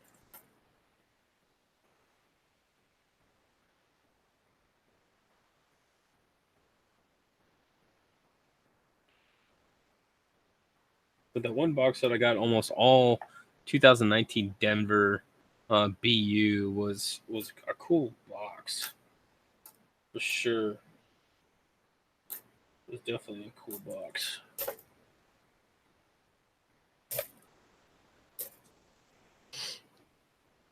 You look for whams. I have 398 and I think one 2000. I have not found any of the 99s. So it would be cool to find one of those.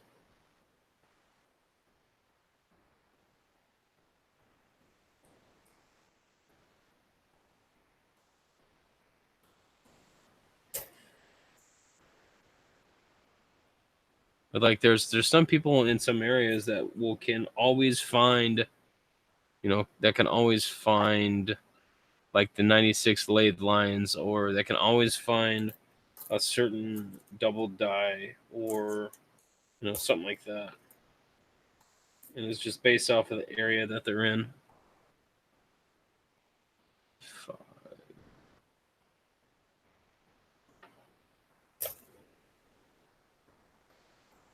2006. 92.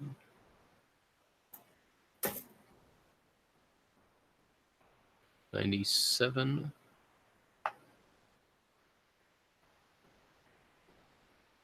'Nope. So another 92. 99.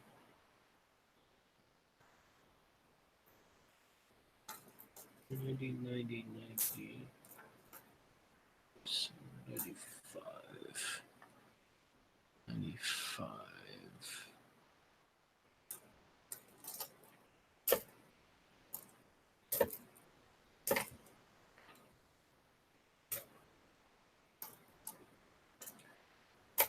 I think a good show idea might be the pros and cons of coin roll hunting versus looking through and getting B rolls. I think that might be an interesting comparison between the two. Mostly low grade errors, double dice too, a couple AU, BU, 72 varieties.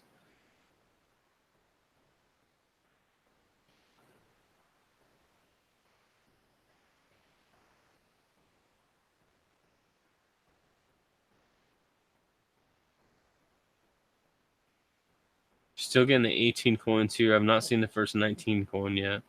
I have a number of the 19 coins, especially the like the pennies. I do both in. I have a few of the Philadelphias. So if you're looking for a 2019 Philadelphia, I have one that I could send you. I also have a set of the 2019 Philadelphia and Denver coins for the pennies. I have a couple of the nickels, and that is all that I found for the 2019s thus far. So we got ourselves another wheat. This time it's going to be a 1948 Denver.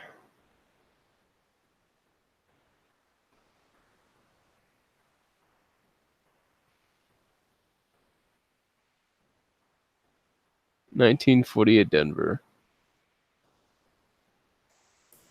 So that's only what three wheats in this box so far.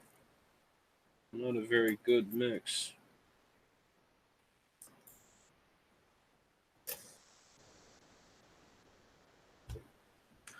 $1984.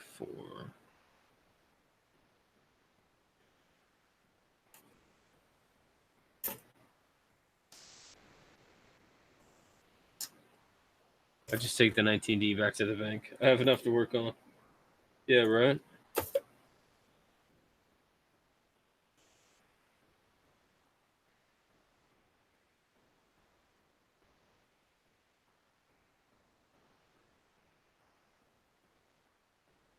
Looking at a 1967 Philadelphia. Some of those always just give me like weird looks, so I have to look them over a little bit longer. Otherwise, I can go through. I'm not sure how long I've been streaming yet. I can usually go through an entire box in about 2 hours is what it takes me for the pennies. It takes me a little bit less on the nickels, just because already there's so much more that is not identified on there that I don't even look for them. Planning to buy a proven mint set, but I might start to sell some coins now and then.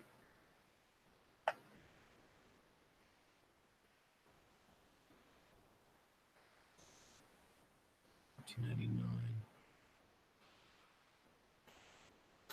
2014, 2001, 2008, 2002, 1995.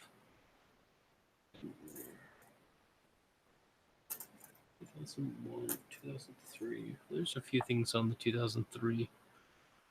I'm not seeing it though. There's 92 at the bottom of the stack. No.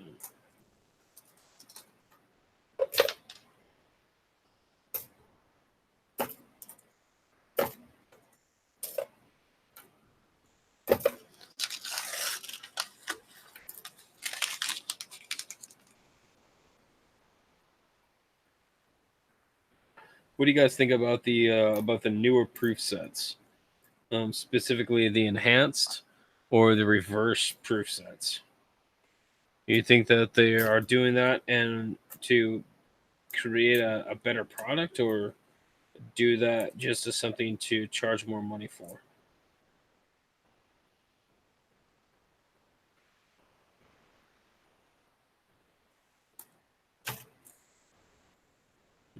$88.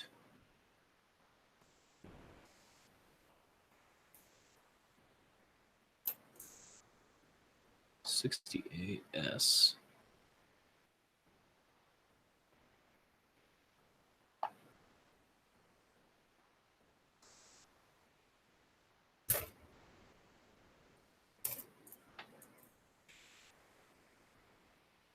$1994.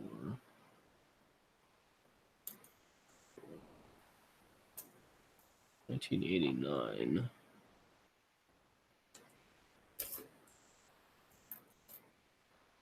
$61.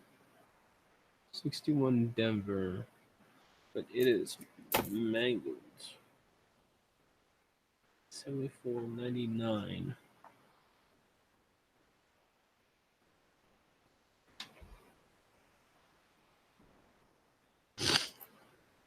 You know, some of the so-called discovery coins were just forgotten.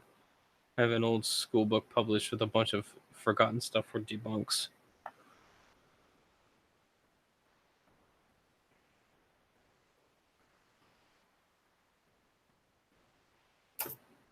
Yeah, there's something that as we get better, like as we get better technology, like I wouldn't be surprised if someone has like a good enough computer program that they could actually recreate a digital version of the minting process, and be able to definitively say this is the process that causes double dies, or this is particularly the process that causes, you know, machine doubling, or anything like that, and be able to have a finite of, you know, a finite of understanding, other than, you know, a lot of the stuff is just what we know and what we are extrapolating from knowledge. But you know, what if with that we took that to another level and really had something that said, okay, this is the definitive way that this happens. It's a really nice 64. And it's got some wear.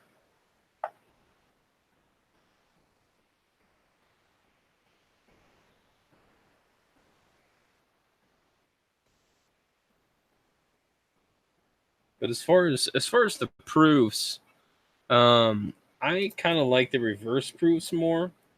I particularly like the early proofs, because it's just something about that overall like glossiness to them, that make them look really neat. And then the reverse proofs, because it's such a contrast against the coins that we are used to seeing, that I like those.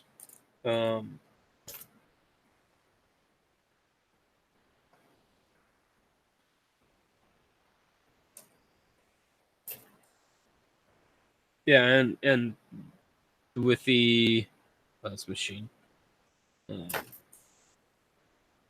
like the proof of the mint sets, not everybody even gets into those. They prefer just circulating coinage, and there's nothing wrong with that. That's what I've been doing for a long time. I actually sold almost all of my mint and proof sets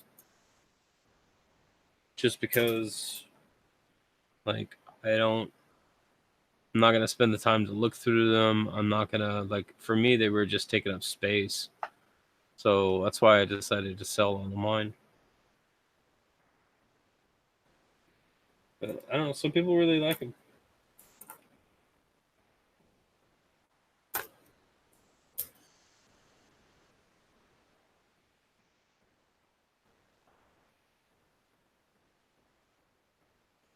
Used to work at the place that made all the U.S. penny blanks and many blanks from other countries throughout the world. That would be really cool to see that process. I mean, I'm sure it's just the same. It's just different materials going through, but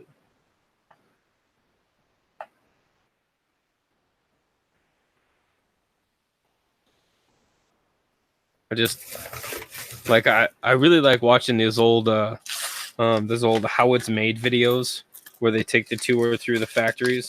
Those things like those are just neat to watch.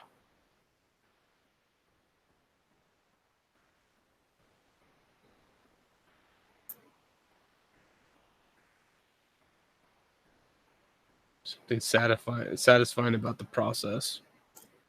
Just watching things that are born, that are created, is neat for me.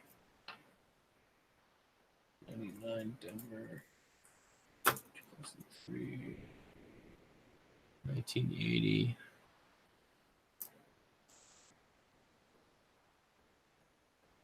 Nineteen 1984, 1994, 1981. It's got some significant wear on it. 6, 2019, 7.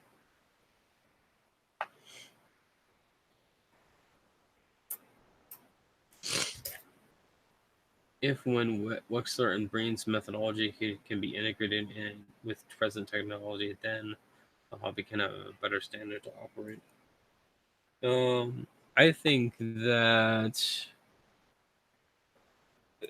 we almost need a conglomeration of ideas to be able to take us to a different level. You know, and Ken has, I think, has that same idea because he has the SAN database, so that it doesn't matter whose reference, that it all references to one thing. That's a nice looking. It's a nice looking 68. Because I think that's a lot of what we need is conglomeration of things. Because you could have 6 different references for a single coin style or a single RPM, and it could be one thing in Wexler, one thing in Copper Coins, and yet another thing over Variety Vista. So how do you put those together? Or is it possible to put those things together?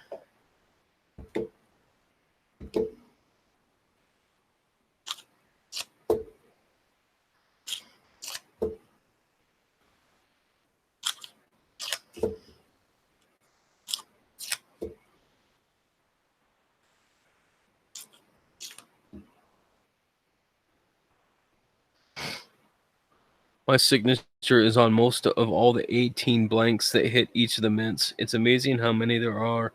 About, what was it, 860,000 blanks per totem and 9 per tote and 9 totes per truckload.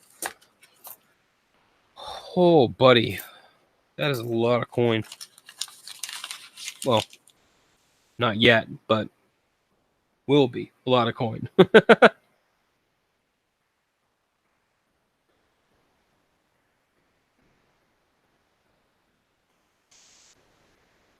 Yeah, I guess Paula Paula Bloom is going to tour the Carson City Mint. So that should be really interesting.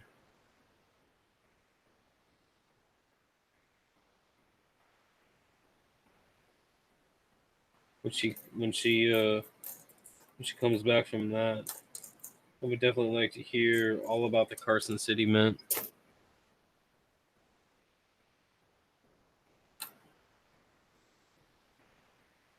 That would be one of those. Yeah, it would really be one of those things that would be really neat. Because like most of the mints have like tours of public tours of some of the facilities, and just to go look at, watch, to see how it works would be neat in itself. But to get an opportunity to go down and tour the one of the best known mints in U.S. history, because you got to think there are all of the all of the Carson City, Morgan dollars, like those, that whole entire GSA hoard, you know, anything Carson City has, lower mintage and generally a more pronounced value, because the mint didn't do that much in coinage over the years. So I'm a little bit jealous. She gets to go mint hopping, but regardless, I think especially in the terms of numismatic and trying to understand how things worked, like those people like Paula that are trying to, I would assume that she's trying to get a better understanding, or just maybe really getting a feel for how it works. And I applaud them, because that's awesome. It's that kind of really really delving into the understanding aspect that's really going to drive forward the hobby. So yeah, I applaud her in that. Jealous.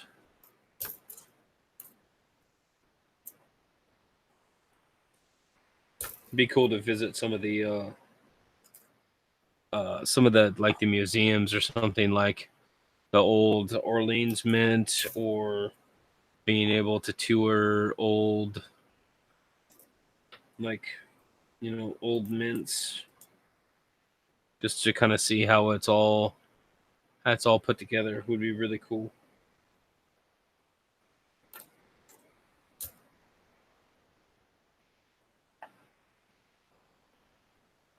Would be really cool indeed.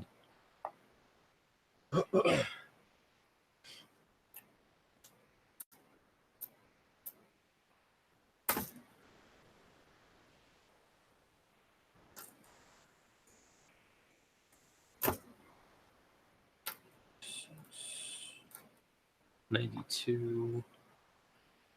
What is that? And it's close. I hate those 92s that are so close being cams. They're so close they just want to be, but they're not. So fair. There's another. I think this is like my third one.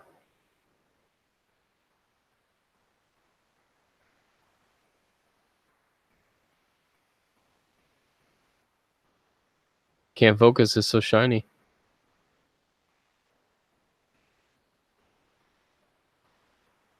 Come on, get the light. Get the light.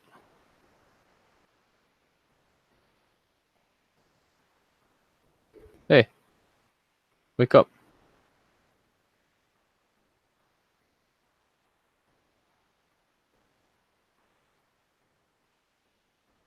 "2019 Philly." That's like my third one.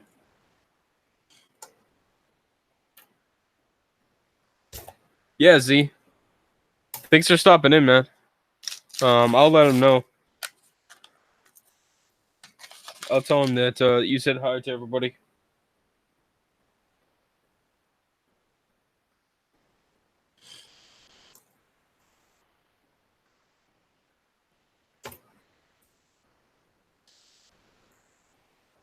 77,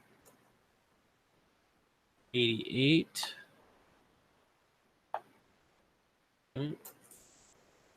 2008, 83, 86, 2002,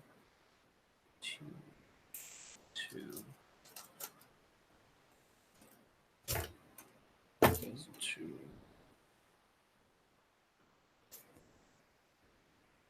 82 has a possible. I can't remember if 82 is on the zinc large date. I think.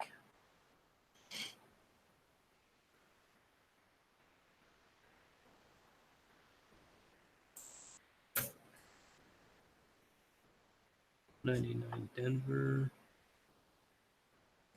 Nothing there. I think this box is just kind of a dud. Really not getting that much out of it.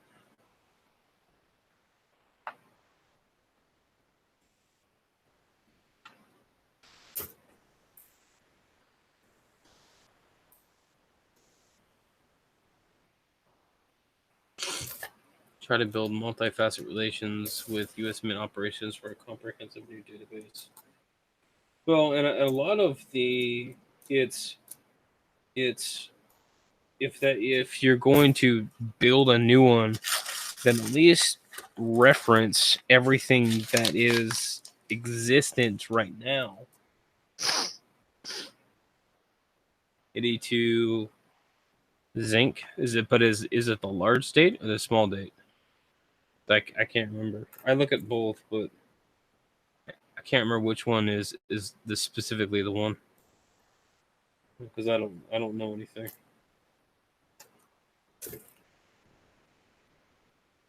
84, 90, 86.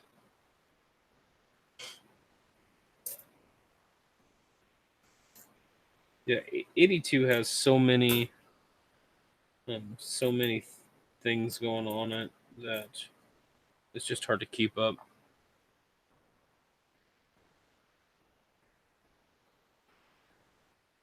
Try to be at Mantic Show later tonight. Okay, Z. Again, thanks for stopping in, buddy. So it's 82. Isn't there like a really hard to tell on the 82 large date?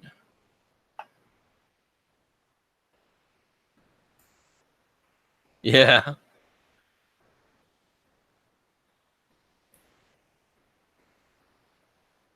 Well, I could, but then I would be not giving out very good information. And I don't like giving out 3 large and small dates. Okay.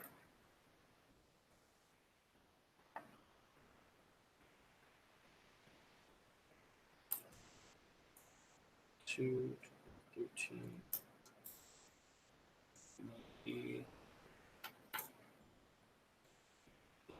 Shield. 2006.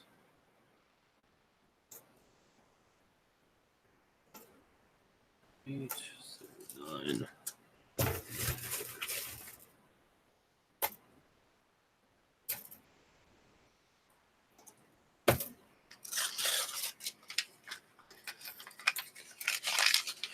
Oh, okay. We got this roll, and then we have 5 left. So we're in the home stretch. Oh, I got a 1999 small DDR. So right here. It's super minor, but it's right there. So, but it's got a fat scratch on the obverse, so that one's going back. So if you find that one, there you go.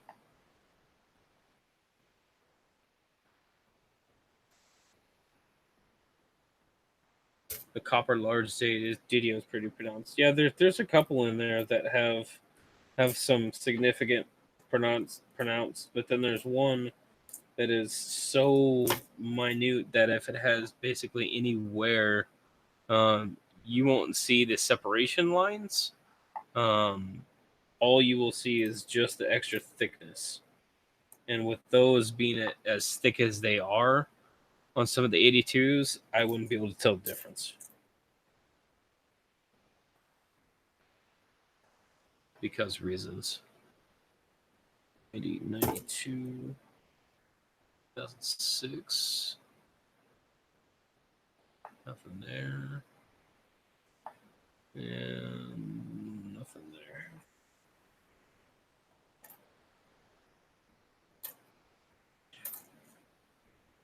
'68. Denver. 6. 69S. And no.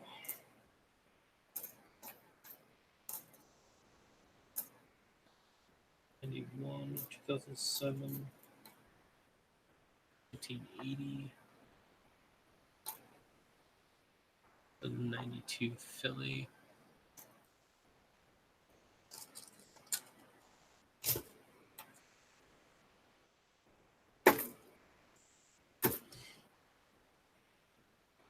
Okay, last 5 rolls.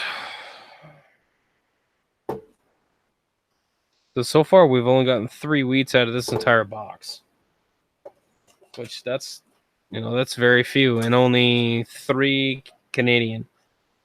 So this is kind of what I'm talking about. Is that like I don't know what's going on, but like the overall like selection, quote unquote selection in the box is weaker than what it has been in the past.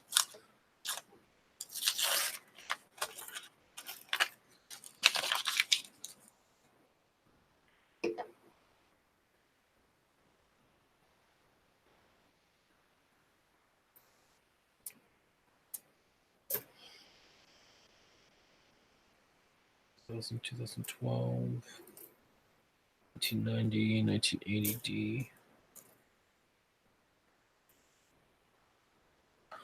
2004, in the reverse, nothing there. There's another 2004 on the reverse, nothing there. Well, there's a 72 Philly.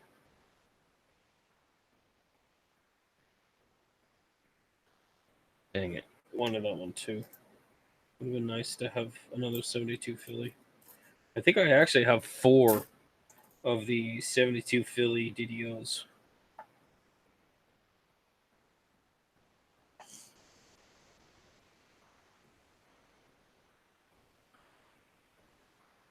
But all the ones that I have, I think, are just number 3 and number 4. I don't have the good one yet. Got a 2005 Canadian.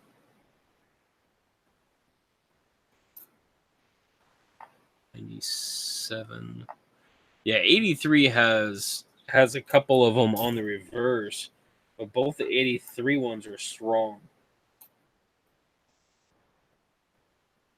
So, but like the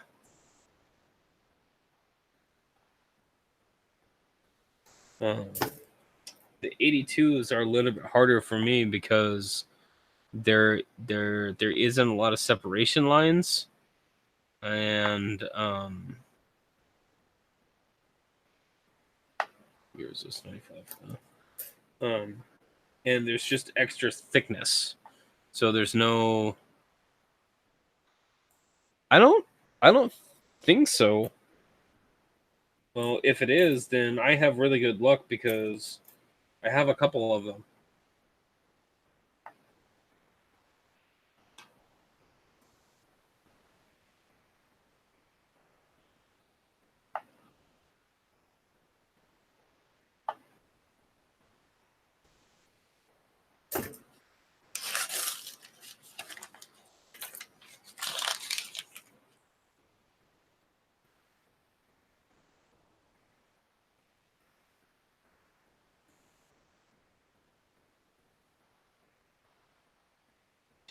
7.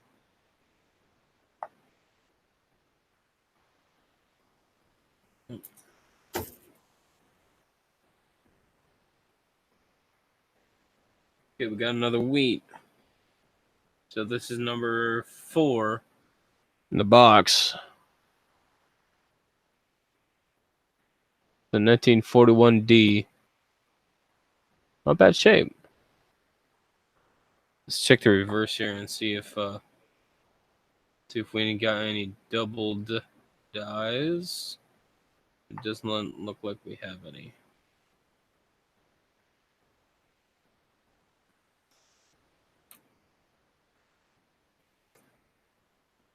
Is that the FS104? Is that the strongest? The strongest split? Because it's like remnant to like the 55. I thought.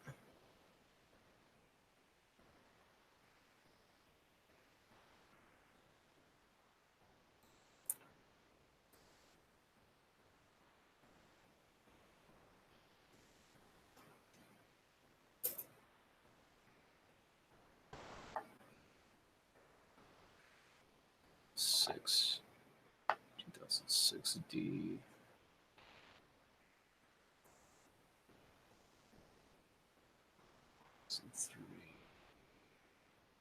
2003 Philadelphia. Nothing in converse and nothing in reverse. 2.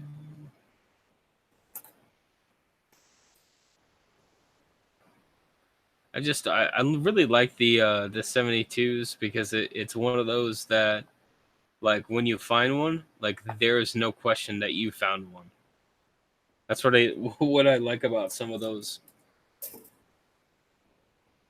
It's like you know whether you have it or not, versus some of the other ones that, like, you have to match up die markers and separation lines and all this other stuff that if there's anywhere that you know those markers don't exist. 101 is the front man. So which one is the FS104 then?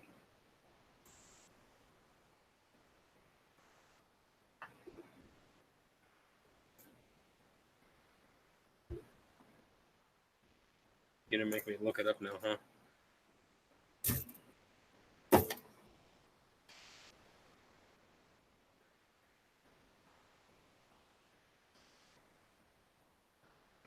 Double die listings.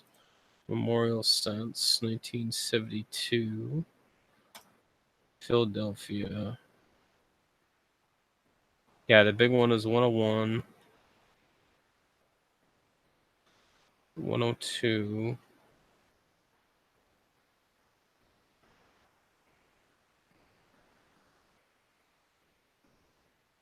103.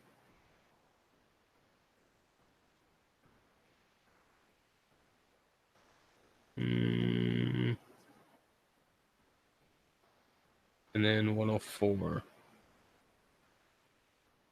You say 104? Yeah, 004.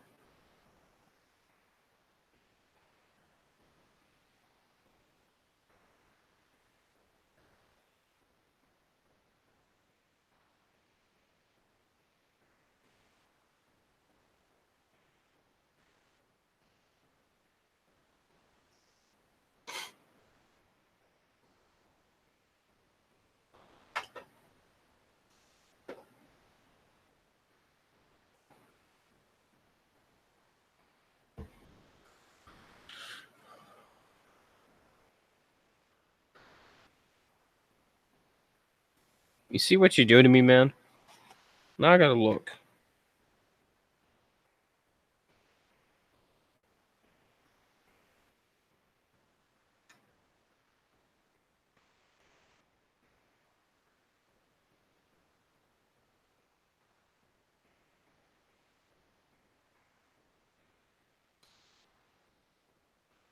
Okay, here's my DDOs.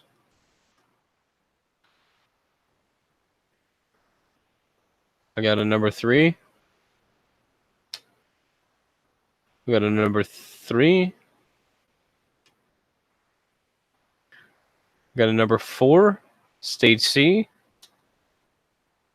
And I got a second number 4, stage C.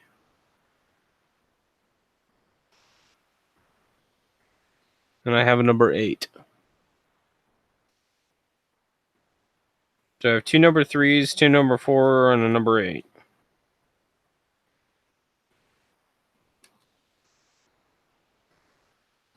So if what you're saying is true, then I have 2 of them.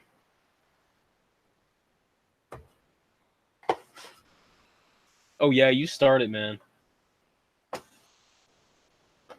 You start it and then walk away like nothing happened.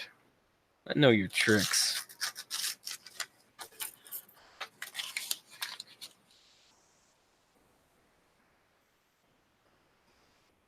'94. 94.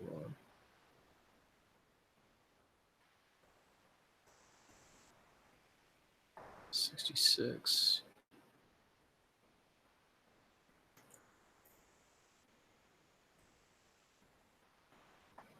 '69 Denver.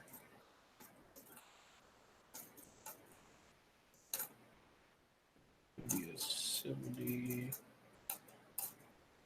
13, 2000.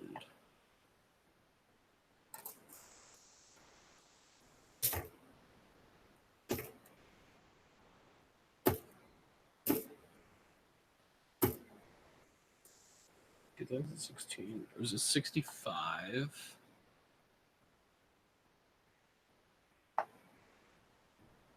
Is there anything there? 2001. 96. I don't see any late lights on the 96.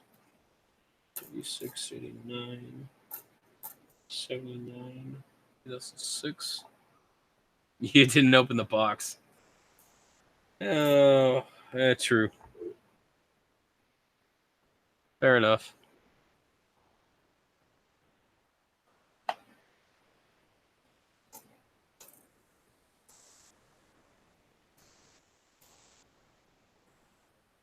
'95. No, dang it.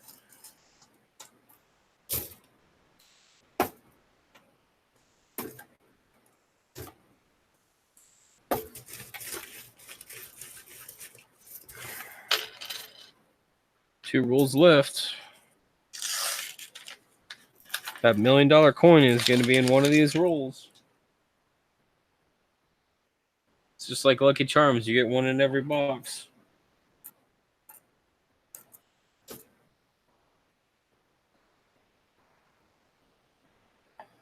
$1997.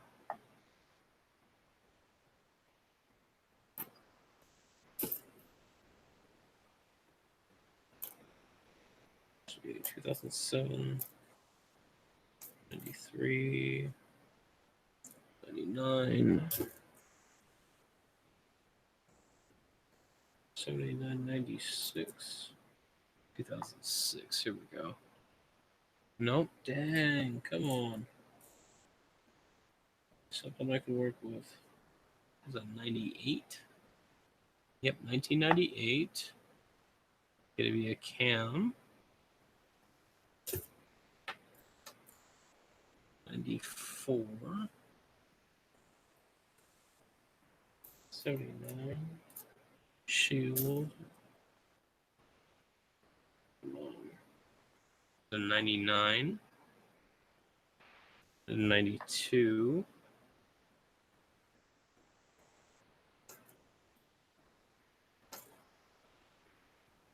Haven't found any lathe lines recently. The 64 Denver. Looking for an RPM. And then looking at for a DDO or DDR. 97. 97. Oh, still nothing there. As long as Lucky and Frosted Flake keep their hands themselves. Right? Prize in every box. I think that would be really kind of a neat thing to do another like Cheerios style esque coin in the box kind of thing.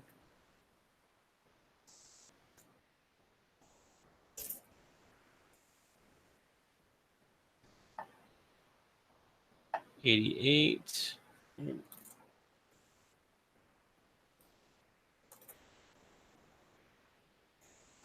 1983, Denver.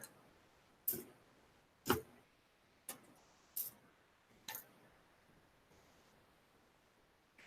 check this 95. 73.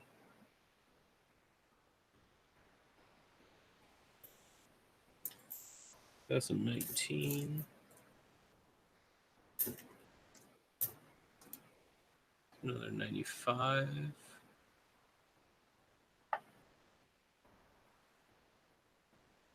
Still nothing there. 92. 99.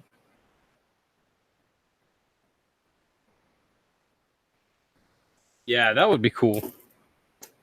That'd be cool if they did with the silver.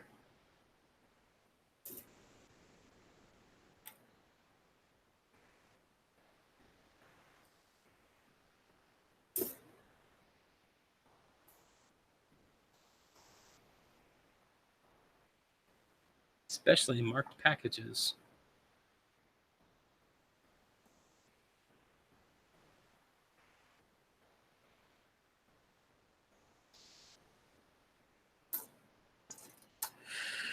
Well, man, that's all she wrote. That was kind of a bummer. I mean, not really a bad box. I mean, look at my hands. Oh, yeah.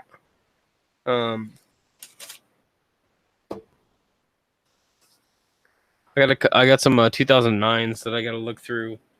The 73 I got to look tomorrow morning. I'm gonna look at that 82 later, but I got a good 71. I got a small stack of good looking 60s that I keep. And we got a 44 plain, a 48 Denver, a 41 Denver, and then the heavy hitter tonight is the 1930S. I think is going to be the winner of the box. So nothing good outside of that, but that's okay. It happens.